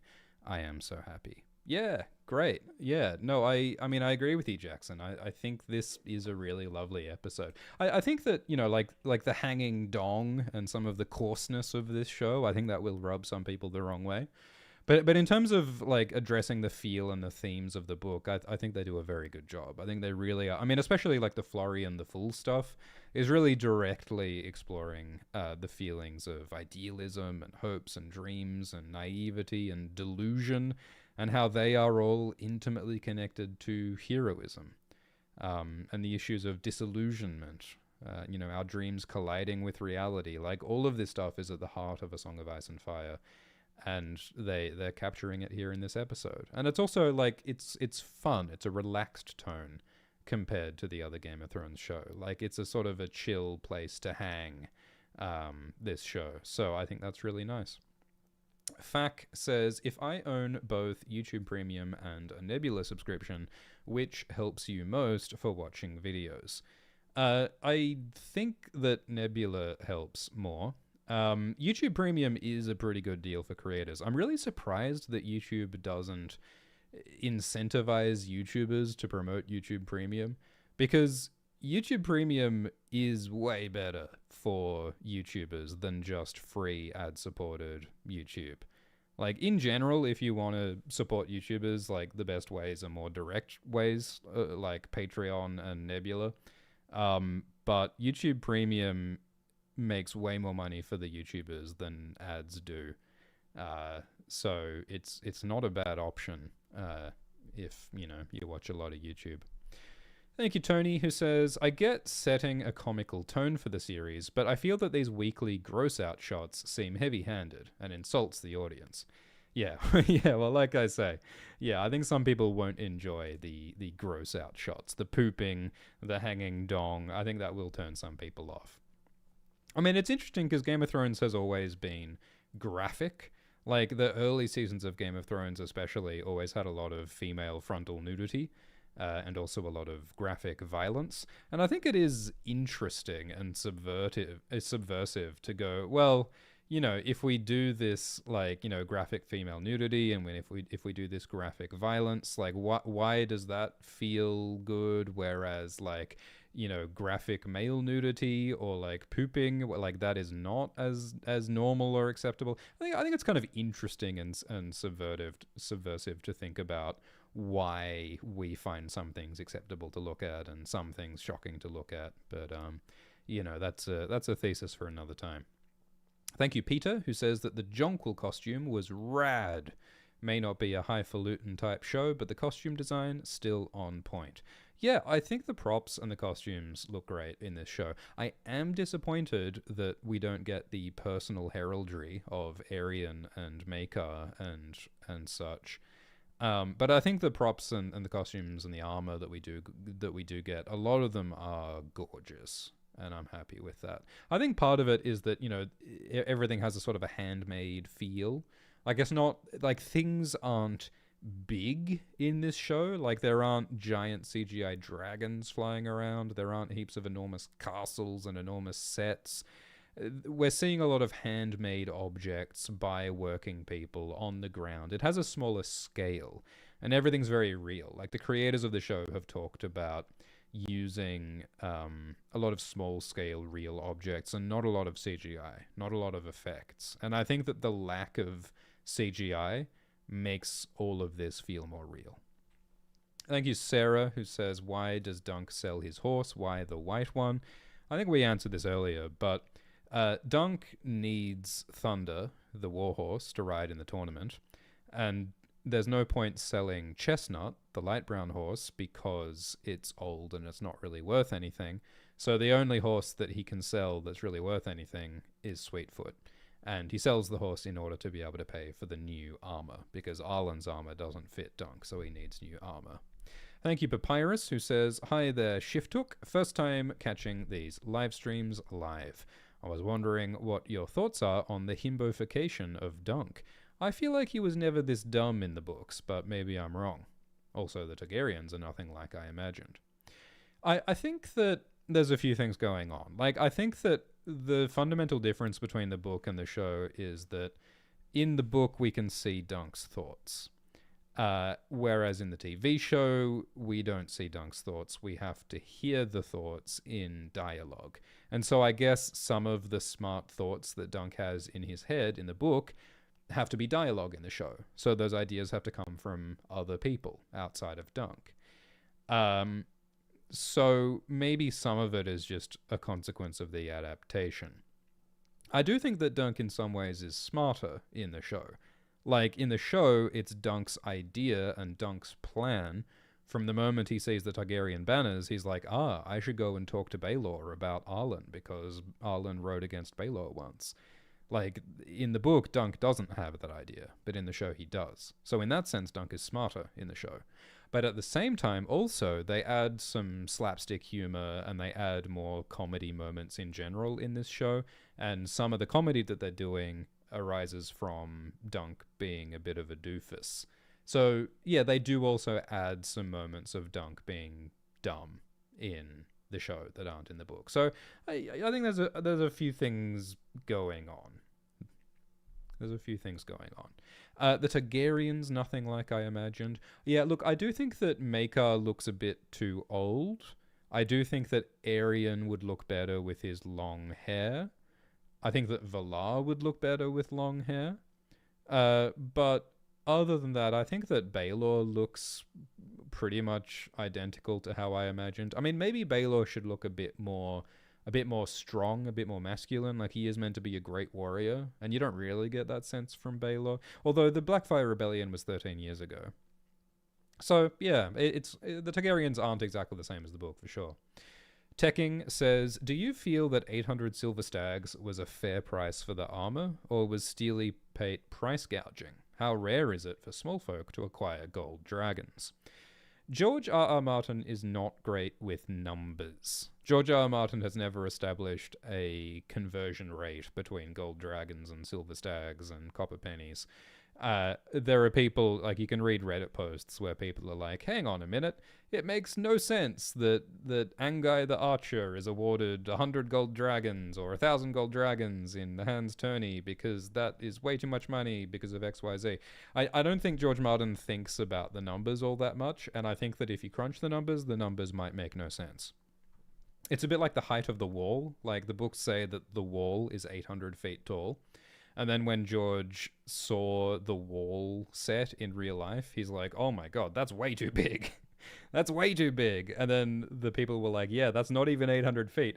That is smaller than what you said in the book. And George was still like, oh, that's way too big. So a lot of sizes, distances, currency, a lot of that stuff doesn't really make sense because George is not the kind of guy to, type up a spreadsheet every time a character buys something. Those numbers aren't the most important thing to him. And I think that is sane. Thank you, Shannon, who says, what do you think happened to Prince Rhaegar's body after Robert's rebellion? Yeah, it's an interesting question. I mean, the Targaryens like to burn their dead, but after Robert killed Rhaegar, I don't think Rhaegar wanted to treat Rhaegar's body respectfully. So maybe Rhaegar just let it... I mean, there was zillions of bodies at the Battle of the Trident. I mean, maybe it wasn't recovered. Maybe it was left to rot. Maybe it was scavenged. We saw in a trailer for A Night of the Seven Kingdoms, we see somebody scavenging bodies on a battlefield. So, yeah, I don't know. I mean, maybe some Targaryen loyalists recovered Rhaegar's body. Maybe Rhaegar's armor is still tucked away somewhere in someone's basement. Maybe Jon Snow will wear Rhaegar's armor someday. I don't know. In the first Game of Thrones book, some of the children want to find Rhaegar's rubies in the Trident River because Robert smashed in Rhaegar's breastplate and it was decorated with rubies. So there probably are literally rubies in the river from Rhaegar's armor. So maybe the armor's in there as well. I don't know. Thank you, Entropy Online, who says, Dear chat, did you know that Streamlabs link equals good and YouTube Super Chat equals less good? Yeah, if you do want to donate and ask a question, the best way to do that is using the Streamlabs link in the video description.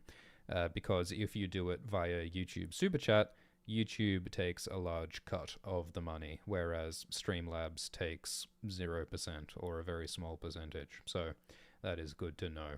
Entropy says that the flashbacks in this show remind them of the cutaway gags in Family Guy in a good way.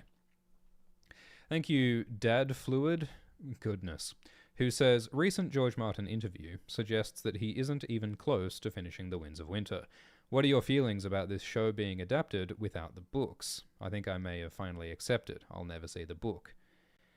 Ending to these awesome stories.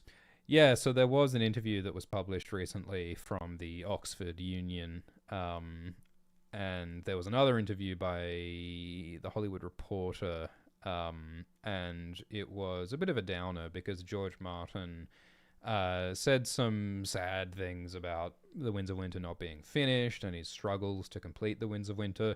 So there are 5 Game of Thrones books in the main series that are published, and the most recent one was in 2011.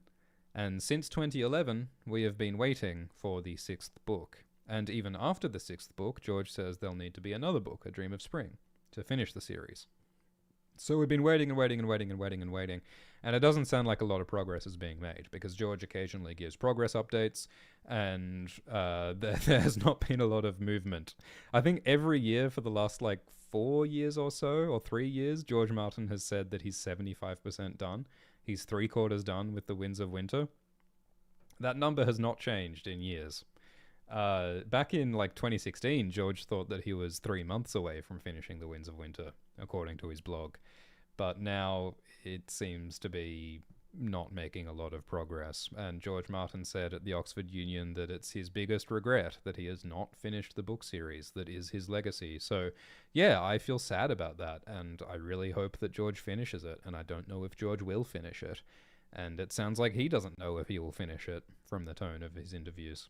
And he said things like, his ending in the books will be different to the ending of the TV show, but he also is still changing his mind about the ending of the book, of the books. In the recent interview, he was saying, I thought that I was going to kill Sansa in the end, but maybe I won't kill Sansa in the end. And that was surprising, because it's hang on, you don't know? It's 2026, we've been waiting all these years, and George still doesn't know what the ending is? He's still changing his mind about stuff? It sounds like George has been rewriting and rethinking these books over and over. He's being a perfectionist, he's being distracted by the shows, he's feeling old.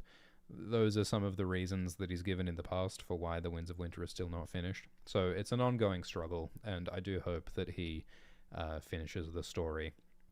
And it is ironic what's happening with this show, A Night of the Seven Kingdoms, because years ago, George Martin said that they won't make a TV show about Dunk and Egg, because George Martin has currently written 3 Dunk and Egg books, and he says that he wants to write 10 more Dunk and Egg books to tell their whole life story. He originally said that he doesn't want to make a Dunk and Egg show until he's finished the Dunk and Egg books. But now he's allowing the show to go ahead. They're making a Dunk and Egg show without the Dunk and Egg book series being completed. Just like how the Game of Thrones show was made before the Game of Thrones books were completed. Now, the Dunk and Egg situation is not as bad, because the Dunk and Egg stories are more contained. In my opinion, if you made a show adapting the 3 published Dunk and Egg books, that is a complete show, in my head. Because each of these stories are pretty self-contained. It's not like Game of Thrones, where you need an ending. But it is still ironic, because there are more Dunk and Egg stories that George has not yet written.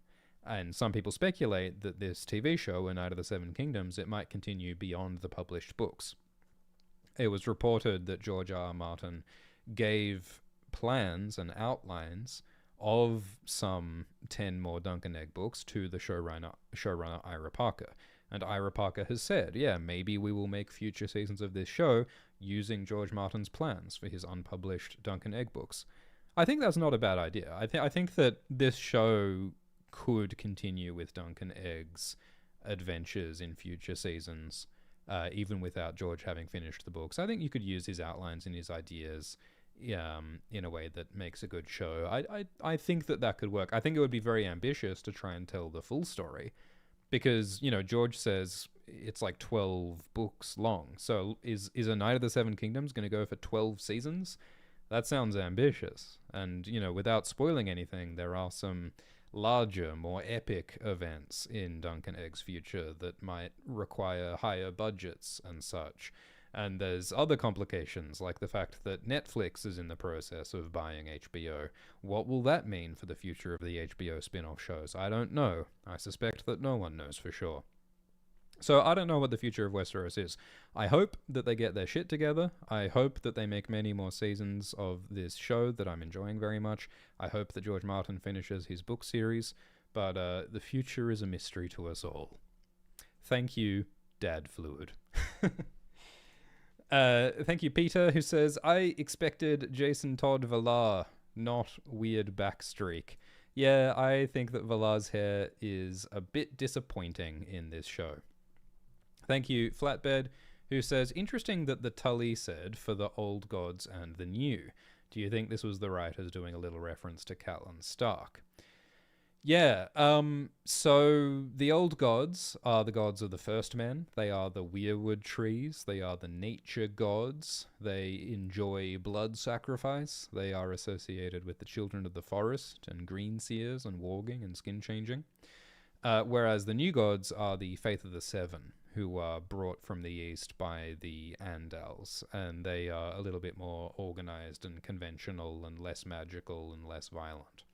Those are the old gods and the new gods. And you would expect the Tullys to be more associated with the new gods, with the seven, because most of the kingdoms of Westeros worship the faith of the seven. It's more the North and the Starks who worship the old gods. So yeah, it's a little surprising that Tully says old gods and new. But I mean, lots of different people say the old gods and the new. Like, that is just a phrase that people use in this world. It's covering all your bases. It's Pascal's wager. It's, well, you know, I'll reference the new gods, but also the old gods just in case. Just in case they also exist. It's like when you pray to every god, just to make sure, just to cover your bases. You don't want to go to any of their hells. And yeah, Egg does indeed seem enthusiastic about fire when he was talking to Tanzel. Thank you, Chiefy Smeefy, who says, do we know all the people who were involved in the joust at the end? There was Valar Targaryen, as well as Medgar Tully, as well as Leo Tyrell. Anyone else of note? Yeah, I did go through that already earlier in this live stream, but this on screen now is, I believe, all the participants in the jousting. I think, as best as I can tell, they did the same people are in the jousting as are in the beginning of the jousting in the book, which is Robert Ashford, Valar Targaryen, Leo Longthorn Tyrell, Humphrey Harding, and Andrew Ashford as the original 5 champions. And the first 5 challengers are Lionel Baratheon, Abelard Hightower, Lord Daemon Lannister, Lord Medgar Tully, and Tybalt Lannister. I'm pretty sure it's the same in the book and the show. Jess says that Maekar is actually 7th in line for the throne, if you don't count Rhaegal's 2 girls, because Rhaegal's son Aelor is still ahead of him. But are Rhaegal's girls born yet, and is Rhaegal's son Aelor born yet? To my knowledge, the books don't say when Rhaegal's children are born, so I think that it's unknown if they're alive yet. I think that they're probably not alive yet.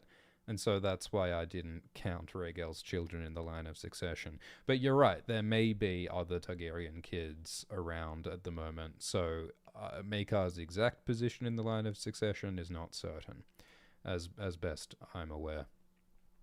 Skate says, George Martin recently shifted focus to write more Dunk novels. Probably doesn't want the show to completely off course like Game of Thrones.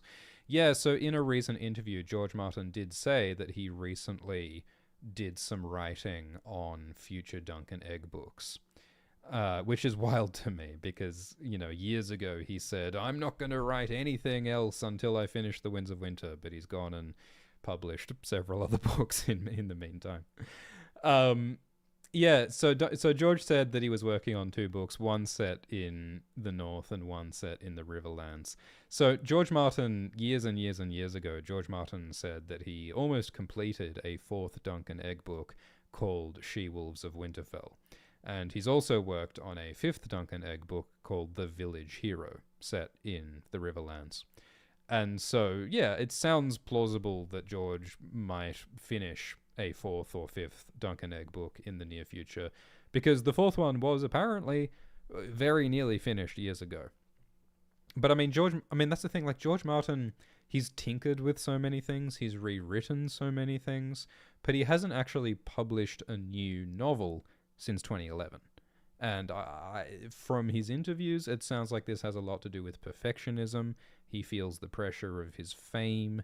He feels that he's older. He feels that he's distracted. There's a lot of reasons why George hasn't completed a lot of novels lately. So I don't know if he'll complete these. But yeah, he has also said that he would like to finish more Dunk and Egg books before the Dunk and Egg show catches up with him. Whether that will happen, I do not know. Kitty says, what job would Dunk have if he was around today? I think he would prune trees. He'd be a landscaper because he's tall, so he can reach up into high trees. I mean, he's really the giraffe of men. Is Dunk not the giraffe of men? He would go around trimming hedges because he's a hedge knight. He would be an arborist. He would be a horticulturalist, a permaculturalist. He would be a what's the word for those hedges? Topiary. He would be a topiaryist, topiarist, tapioca pudding. Okay, we're free associating. It's been a long live stream. A hung horse says, I like that different generations of Kingsguard have different armor. It feels realistic that different rulers would want a new style of armor across the decades. Yeah, I mean, what is an arrogant king going to want to do as soon as they take over? They're going to want to rebrand. They're going to want to, like, put their mark on how things look. So, yeah, I think it does make sense that the Kingsguard have lots of different looks across the years. However, I do think it's unfortunate that none of the Kingsguard designs in Game of Thrones or House of the Dragon look like the Kingsguard armor described in the books. Because in the books, it is enameled white armor, white cloaks, white shields. Here's some official artwork by Chase Stone. This is how it's meant to look, and that's pretty close to how it looks in this episode. So I am pleased that they've finally done some lore-accurate Kingsguard armor. Jess says, it seems a bit odd that King Daeron, the, quote, most liberal king in Targaryen history, put someone in his Kingsguard purely for money's sake. So part of me doubts that Sir Donald meant that his father paid for him to be on it. Yeah, so Dunk asks how a commoner like Donald could have ended up on the Kingsguard, and Egg says that Donald's father is a rich merchant who owns crabbing fleets, so my interpretation is that Donald's father's money and influence got Donald onto the Kingsguard, but yeah, you're right, we don't get a clear answer. And King Daeron is said to be, Daeron is called the Good. Daeron has a reputation as one of the most, like, wise and principled and moral kings in the entire Targaryen lineage. So, yeah, I agree it would be a bit surprising if Daeron had a corrupt Kingsguard where people could get in with political favors. I mean, we don't know when Donald joined the Kingsguard. Maybe Donald became king under a previous... Maybe Donald joined the Kingsguard under a previous king. And also I think that not even Daeron is immune to politics, you know? I mean, I don't think any character in this world is meant to be interpreted as purely moral and purely principled and never compromising on anything. That's just not what the themes of the story are about. So, you know, maybe this is the exception, you know? Maybe Donald is the exception when Daeron did accept a bit of corruption. Maybe Daeron just really has a hankering for crab, you know? Maybe Daeron really enjoys seafood, and he's like, fine, I'll put Donald on the Kingsguard if you can deliver me 12 fresh crabs every week. I don't know. Thank you, Kieran, who says, don't try to crab a fish. I hear that Alt Schrift's great uncle tried that once and ended up working in a Swedish uranium mine. It was a Norwegian uranium mine, actually, and it wasn't a crab, it was a cuttlefish. Sort of a marine biological mix-up. That's not strictly true, Kieran, but close. Thank you, Marcus Vipsanius Agrippa, who says, greetings, Schwang and Ellipses. Finally, some decent armor and color in the series. I quite liked how both Dunk, Egg, and Arlen had a hand in making the new coat of arms. Best from Wyoming. Yeah, I agree. I think it's nice how in the previous episode, Lionel said be tall, and Egg said Dunk is short for Duncan, and Dunk used both those suggestions to create his name, Duncan the Tall. It's similar to how Dunk constructs his heraldry in this episode, when he takes the sunset for Arlen, and Egg suggests the elm tree, and Dunk suggests the shooting star. It's cool how, like, all these different things come together to construct his identity. Just as in real life, we construct our identities from the people around us who shape us, the ideas and the forces around us. We internalize the external to create ourselves. My goodness. Those are some $5 words. Thank you, Fack, who says, Sir Donald saying that his father is a merchant is equivalent to a fisherman while Dunk would say he's effectively nobility, is a good way of showing how the different classes have different ideas on where class divisions exist. Yeah, well, it's all relative, isn't it? Like, everyone can look up at someone more powerful and privileged than themselves, and everyone can look down at someone less powerful and less privileged than themselves. Even on the streets of Flea Bottom, some people are more well off than others, and even in the halls of kings and lords, some people are jealous of others. Like, I think that's one of our human frailties, is that we compare ourselves and we feel jealous and envious, no matter how well off we are. And so I think that's definitely something that's being explored by this show. Like, Donald might think of himself as an underdog because he's not a noble, but he's still one of the most privileged people in this world. And I think that, often we internalize ideas of seeing ourselves as an underdog or seeing ourselves in a certain way, even if it no longer reflects our actual place in the world. Sometimes we form our identities when we're young, and we don't adjust them as we get older and as our circumstances change. But that's one for the philosophers. Thank you, Evie, who says, love your shift. I thought the Crabber exchange was saying more about the possibility of social mobility than corruption. Do you think this moment is ultimately encouraging or discouraging to Dunk? I mean, I think it's discouraging to Dunk, because I think that Dunk was thinking, well, if Donald is a nobody and I'm a nobody, then maybe I can be a Kingsguard. And I think that when Dunk finds out that Donald's father is a very rich merchant, he thinks, oh, that's discouraging, because my father is not a rich merchant. But I agree, you can also see it in a more optimistic way, that, like, well, Donald still is a lowborn person. Donald still is not a highborn person, and he got into the Kingsguard. So it's still encouraging in a certain perspective. Thank you, Lucille, who says, would you consider covering Warhammer or Warhammer fantasy books? Well, I think that Warhammer 40k is a cool setting, and I've enjoyed reading some Warhammer 40k lore, but sort of the gimmick of Alt-Shift-X is that we do all the research.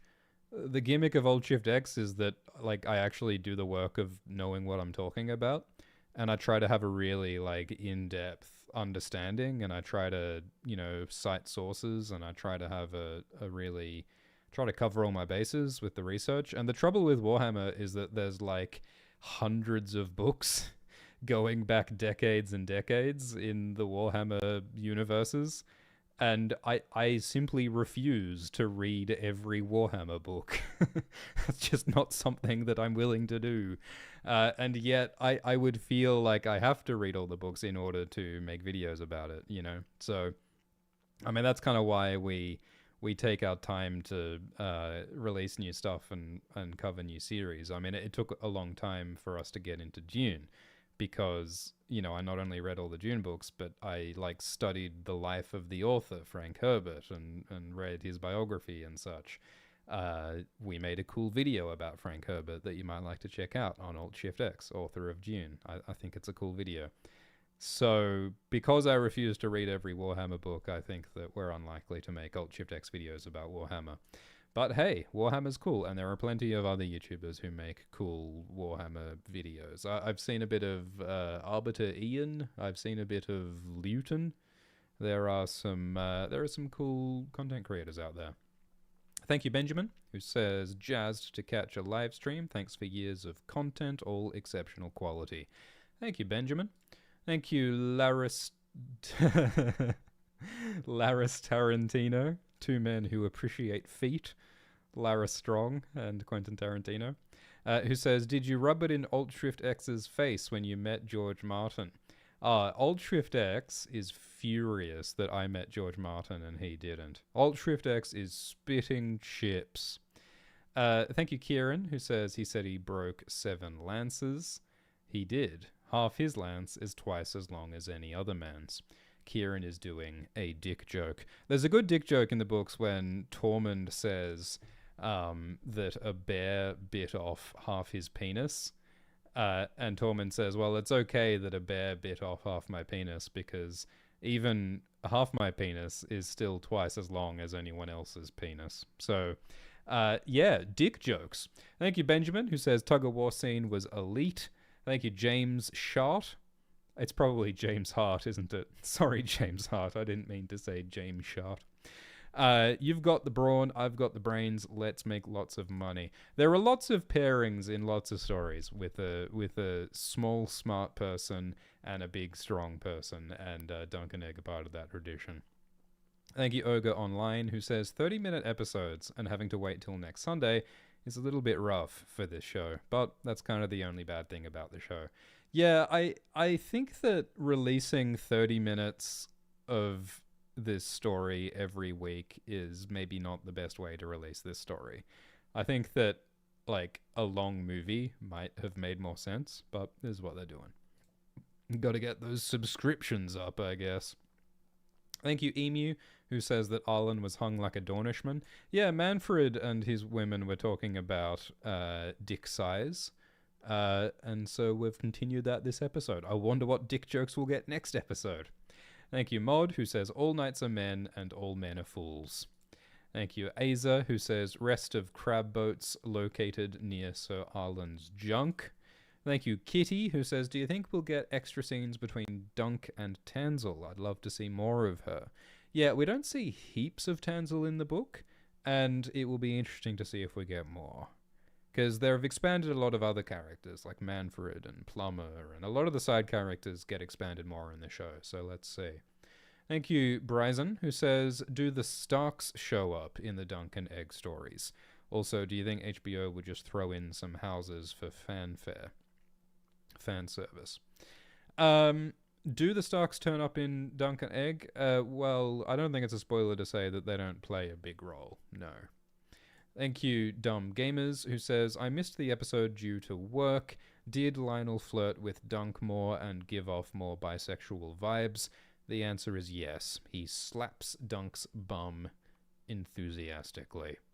Thank you, Curl, who says, could the plain shield be Dunk's OG one while Arlen's shield is getting painted? Well, I mean, we've seen Dunk and Egg riding around, and we didn't see an extra shield strapped to Dunk's horse. And as far as we know, Arlen is the only one with sword and shield and armor, because he's the knight. Dunk was just the squire, so I don't think Dunk is meant to have his own shield, but hey, maybe that's the explanation for the extra shield we see this episode. Thank you, PSO, who says, hey Shift, been a fan for many years, can't wait for all the new videos. What's your opinion on Jon's status as a POV character in The Winds of Winter? So in the most recently published book, A Dance with Dragons, Jon is stabbed and seems to be dying. And fans speculate about what might happen with Jon in the future.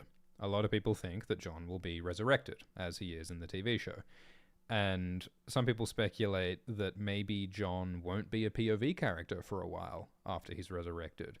Like, maybe we won't get chapters from Jon's point of view. Other people think maybe we'll get chapters from Ghost's point of view, the direwolf, because people speculate that Jon's spirit might live on in Ghost. There's a lot of different possibilities. Interestingly, George, in one of his recent interviews, was saying, you know, sometimes I write one chapter and then I get distracted and I think maybe I should write a Tyrion chapter or a Cersei chapter or a Jon Snow chapter. So I think George Martin, deliberately or not, revealed that there are Jon Snow POV chapters in The Winds of Winter. I mean, everyone kind of assumed that that would be the case, but I think that's the first time George has ever acknowledged or confirmed that there are Jon Snow chapters in future books. Thank you, SG, who says, glad they're using the slow pace to explore the characters and world. Wish Baelor was more built. Yeah, I agree. Baelor is meant to be one of the greatest knights and a strong warrior. He is the hammer, so I would have expected Baelor to look a bit more big and strong and masculine. But I think that his performance works, and one of the things about his personality is that he's meant to be quietly confident, and he's sort of understated. He's not flashy, you know? So I think it makes sense that he's not overwhelmingly big or masculine or anything.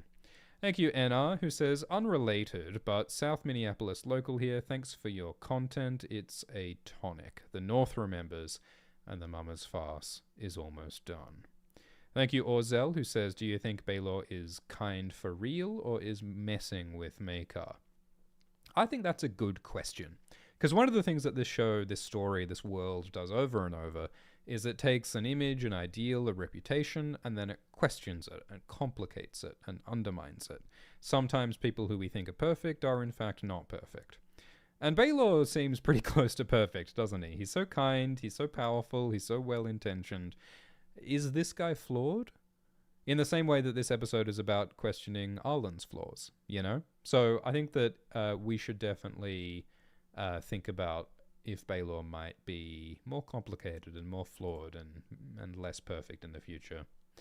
Thank you, Steve, who says, non-Game of Thrones question, is there a possibility that you'll cover the final 3 books of The Expanse? The Expanse is a sci-fi series of 9 books written by James S.A. Corey, which is Daniel Abraham and Ty Frank. Daniel Abraham and Ty Frank have both worked with George R.R. Martin. Ty was George's assistant for years, and Daniel Abraham wrote the comic adaptation of The Hedge Knight, if I'm not mistaken. And at Alt Shift X, we've made some videos about The Expanse. I think it's a really cool series. They made a TV show adaptation of The Expanse on Sci-Fi and on Amazon. And I think it's a pretty good show. And I think they're really cool books. We interviewed James S.A. Corey a couple of times. I think you can watch that on the Alt Shift X podcast for free on YouTube or on podcast apps. Right now, I'm not planning more Expanse videos, but I wouldn't write it off because the final 3 books of The Expanse are cool and interesting, and they did not adapt those books in the TV show, at least not yet. So yeah, maybe in the future. But right now, we are working on some Dune videos after A Night of the Seven Kingdoms, and we're also working on a series that you will not expect. We've written a very big video on a topic that people will find surprising, and I won't say here what the topic is, but I will say ook. Thank you, Winifree iPhone 4, who says Arlen always made his generous donations through Streamlabs. That is true. Arlen always donated to his favorite YouTubers on Streamlabs. Remember to like and subscribe, by the way. We're at like 1.999 million subscribers at the moment. I reckon if we all tried, we could get to 2 million subscribers in this live stream. If we all like really believe in ourselves and press subscribe, it might just happen. Thank you, Nah, who says, when Dunk goes to buy the armor, the smith asks for stags as payment. Shouldn't it have been dragons, as this is before the rebellion? Yeah, so the currency in this world is golden dragons, silver stags, and copper stars. And it's interesting that the silver coins have stags on them, because the stag is the sigil of House Baratheon. And the Baratheons take over the realm from the Targaryens in the future from now. And so in the time when the Baratheons are in charge, it kind of makes sense that the Baratheons are on the silver coins because they're important and they're the kings. But at this point, the Baratheons have never been the kings of Westeros. The Durandons were the kings of the Stormlands, but the Baratheons have never been the kings of anything. So why are they on the currency? I don't know. There's no real answer. Like Aegon the Conqueror, who took over Westeros for the Targaryens, he had a half-brother called Orys Baratheon, who's the founder of House Baratheon. So maybe because Orys Baratheon was really important and was homies with Aegon, maybe that's why the Baratheon stag sigil is on the silver coins. Or maybe you can imagine more elaborate explanations, like maybe there's silver mines in the Stormlands. Maybe silver comes from the Stormlands, and so silver has Baratheon stags on it. Maybe that currency existed before the conquest, and that's just what was used before. I don't think there's any clear answer in the books. I think you could imagine that it's a continuity error. You could imagine that the silver stags are because of the Baratheon kings and it's anachronistic and it's a mistake, but I don't know. It's not really explained. Thank you, Understorm, who says, new theory, Sir Arlen really did break 7 lances against Baelor, but Baelor has an ego, and he was lying, and it wasn't really 4, it was 7. Yeah, maybe. Because someone's lying. Either Arlen is lying or Baelor is lying. I mean, lots of other people witnessed this, so maybe someone can verify. Thank you, Bobby, who says Arlen has a Kutsk and a half. Thank you, Plural, who says, do you believe... Okay, that's a bit spoilery. And thank you, Ryan, who says, this show is hope core. Yeah, this show does have a sense of hope and optimism, which is a nice thing to have. Thank you all very much for your kind donations. I appreciate it. I'd like to remind you one more time that you can listen to 2.5 hours of discussion about this episode on Nebula with Alt-Shift-X and Glidus. There are 60 hours of exclusive content with Alt-Shift-X and Glidus on Nebula. And it's a good way to support Alt-Shift-X. You can get 50% off an annual subscription using the link in the description. I'd appreciate it if you considered signing up. Okay, I'm not going to harass you about that anymore. Let's enter the spoiler zone. Spoiler zone. Spoiler zone. In the spoiler zone, we're going to talk spoilers for A Night of the Seven Kingdoms. We're going to talk spoilers for House of the Dragon, Game of Thrones. Maybe we'll spoil Harry Potter.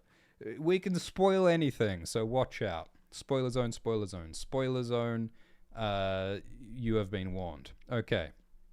So, Plural Board talks about Darren. So, I'm going to reveal the spoilery family tree. Spoiler warning, spoiler warning. So the spoiler is that Egg is a Targaryen prince. Egg is not some random stable boy. Egg is, in fact, the son of Prince Maekar Targaryen.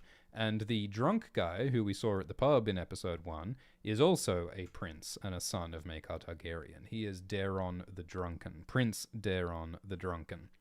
And Daeron has dragon dreams, dragon visions, prophetic visions of the future. And so Plural in the super chat asks, do you think Daeron had visions of the long night and the prophecy that Viserys discussed in House of the Dragon? Maybe he's so drunk because the visions haunt him.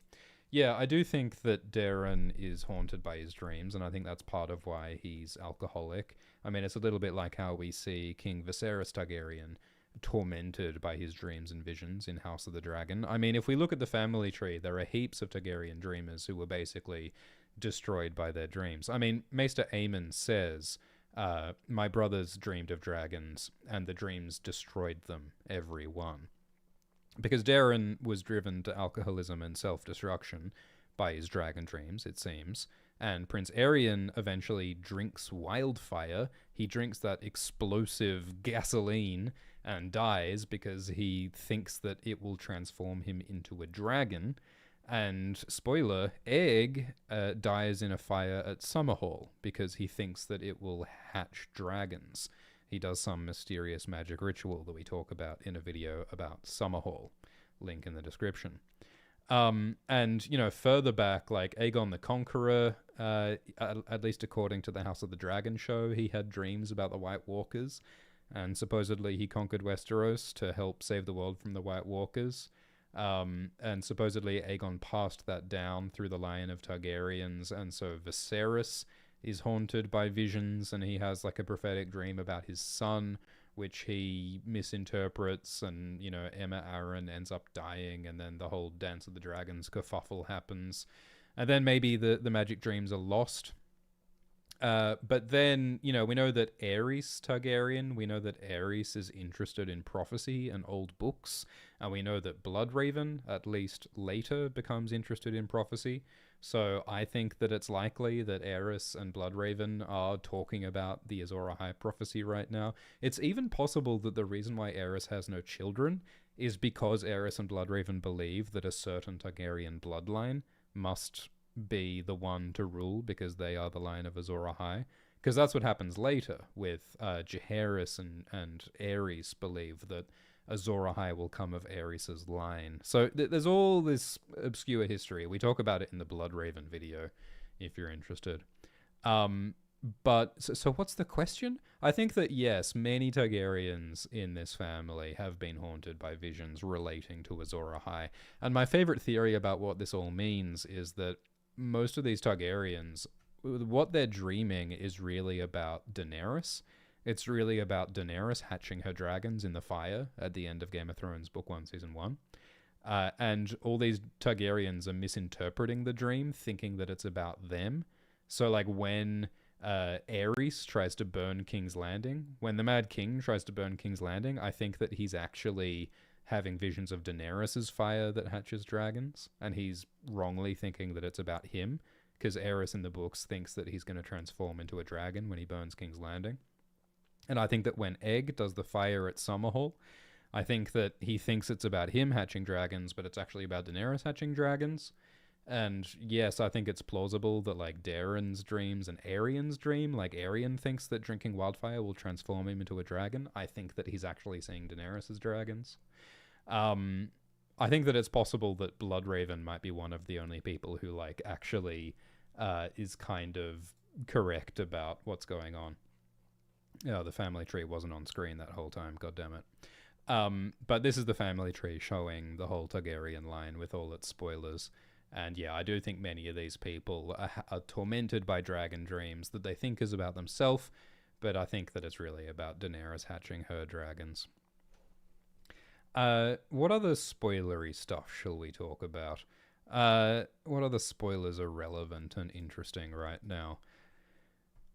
So we know that Aerion is going to die from drinking wildfire. King Daeron and Prince Valar are going to die in a plague later this year. So then Aerys is going to become king, the weird bookish guy. And he's going to be king for a while. He basically lets Bloodraven rule for him. And then Aerys dies. So then Prince Maekar becomes king. And Prince Maekar dies in battle. And then Egg becomes king. And people call Egg the Unlikely because no one expected him to become king because he's so far down in the line of succession.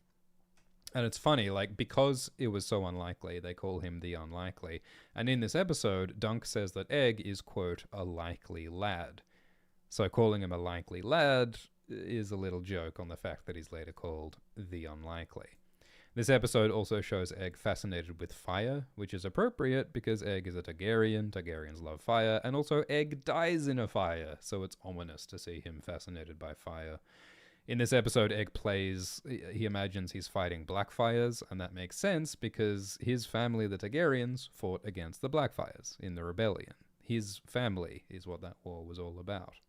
We also see in this episode that Egg has opinions about Valar. Egg says that Valar is not that skilled of a warrior, of a jouster, and that makes sense because Valar is Egg's cousin. So that's why Egg knows about how good Valar is.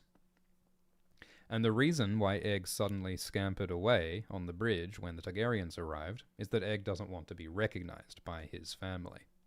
He's trying to just hang out with Dunk because he doesn't want to be stuck with Daeron or Maekar or all of his unpleasant family members.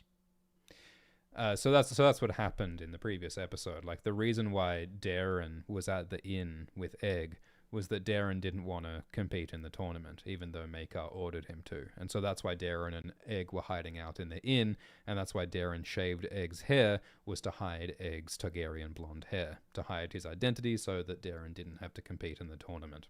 That's what's going on. All right, I think it might be about time to wrap up this live stream. I'll see if there's any last questions or donations. Kermit says, will you ever do some Earthsea videos? Highly underrated series, very unique fantasy that needs more. Yeah, I like Ursula Le Guin. I've read The Dispossessed and some Earthsea short stories and some of her essays. Ursula has some really wonderful essays about writing. So yeah, I would like to dig into her work a little bit more one day for sure. That is on my list of things that I'd like to make videos about.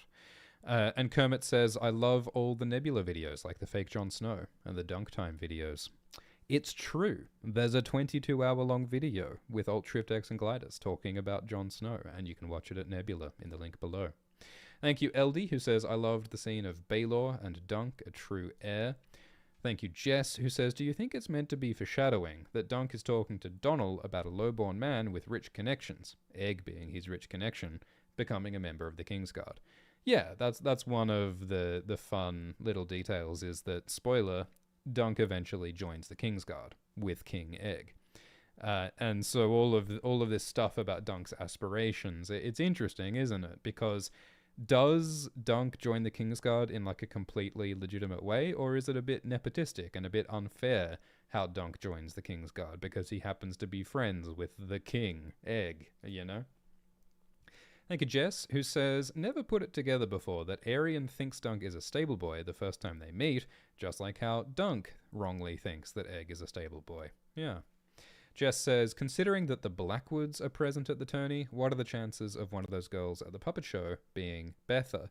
That's a great, fun point. Yeah, I think you actually can see the House Blackwood heraldry in the background of the scene with Raymond and Stefan Fossaway last episode. The Blackwood sigil is red with a weirwood tree and ravens on it, because the Blackwoods are fans of the old gods. And in the future, spoiler, Egg marries a Blackwood, Betha Blackwood. So that is a really fun thought, that Egg might actually be sitting next to his future wife in that scene. That's a fun idea. Thank you, SG, who says that I like that Baelor was kind but firm on the Four Lances point. King that never was, and very popular despite not being a colorless Targ. Yeah, so spoiler, Baelor is going to die in the events of this show, and it's a great tragedy that the great, well-intentioned, kind and compassionate ruler Baelor never becomes king. Thank you, Kat, who says, genuinely surprised George Martin hasn't experienced a misery type situation yet. Chat, read One Piece, it's worth it. How many hours does it take to read One Piece? They still haven't finished One Piece, have they? That's craziness. That's craziness. It's interesting that the number of viewers watching this live stream right now, the number of viewers has not gone down when we entered the spoiler zone. Or it hasn't gone down very much. It's barely gone down, which suggests to me that most of you are keen for the spoiler zone. I think it's interesting, I wasn't sure how we should handle spoilers with the coverage of this show. Like, we could have just included spoilers at every step along the way, but I know that some people haven't read the book and don't want spoilers, so I wanted to accommodate people who don't want spoilers, but I also wanted to give spoilery information for people who are interested in hearing it, because a lot of the fun, interesting connections in this show come from spoilers, and it's fun to talk about them as we go along. So I'm interested to hear your feedback about, how we should handle spoilers and how you think that our coverage of this show is going so far. I mean, we're doing it, it's a bit different, doing these live streams and the scripted explained videos later in the week, plus Alt Shift X and Glidus are doing their shenanigans on Nebula. Let me know what you think of that format, because there's a lot of different ways we could set this up, and I want to do it in a way that works. But most of all, I really appreciate you all for joining in. Thank you so much for watching, for supporting. Signing up on Nebula is really helpful if you want to do that. It gives you access to 60 hours of exclusive content, link in the description. But even if you're just viewing, I also really appreciate that as well. I'm having fun talking about this show. I hope you're having fun too. Steve says, didn't know about your podcast channel. Yeah, well, there's actually a few different alt podcasts, which does make things a little confusing. But there is an Alt Shift X podcast, and the Alt Shift X podcast does have interviews with the authors of The Expanse, and with Abigail Thorne, and with Raya Golden, George Martin's art director, with a lot of different people. So you can check out those interviews and stuff at the Alt Shift X podcast, either on YouTube or on podcast apps. On podcast apps, you can listen to these live streams that you're listening to right now. You can listen to these live streams on podcast apps for free with no ads on podcast apps. The link for the podcast is in the video description. It's also on the website. If you're ever confused about where to find stuff, go to altshiftx.com. I can't control the YouTube algorithm. I can't control the Spotify algorithm, but I can control what's on altshiftx.com. So if you're trying to look for the right links or where stuff is, go to altshiftx.com. There's also an Alt Shift ZZZ podcast feed, which has the audio from the scripted videos. Honestly, I think I should probably just combine the Alt Shift ZZZ podcast feed with the Alt Shift X podcast feed. I think it's just confusing that they're separate. Tell me in the comments what you think. Maybe I'll combine them. And then there also is the Alt Shift X podcast. And if you are on Nebula, there's the Nebula Alt Shift X podcast feed, which has all of the Dunk Time and Dragon Time and fake Jon Snow content on a podcast feed, so you can listen to it on podcast apps. So I apologize for how confusing all those different distribution channels are. I'm just trying to make everything accessible, you know. All right. Thank you, Valar, who says you are excellent. Thank you for being excellent. Thank you. I appreciate that, Valar. Okay, I'm going to wrap up this live stream. Thank you all so much for listening. Press like and subscribe. We might hit 2 million subscribers pretty soon. That would be very exciting. And consider checking out Dunk Time on Nebula. Links are all in the video description. And have a great day. And remember to call your mum. Thanks. Oh, thanks, mods. Schubert Reads is a moderator. I appreciate the work. And see you all next time. Cheers.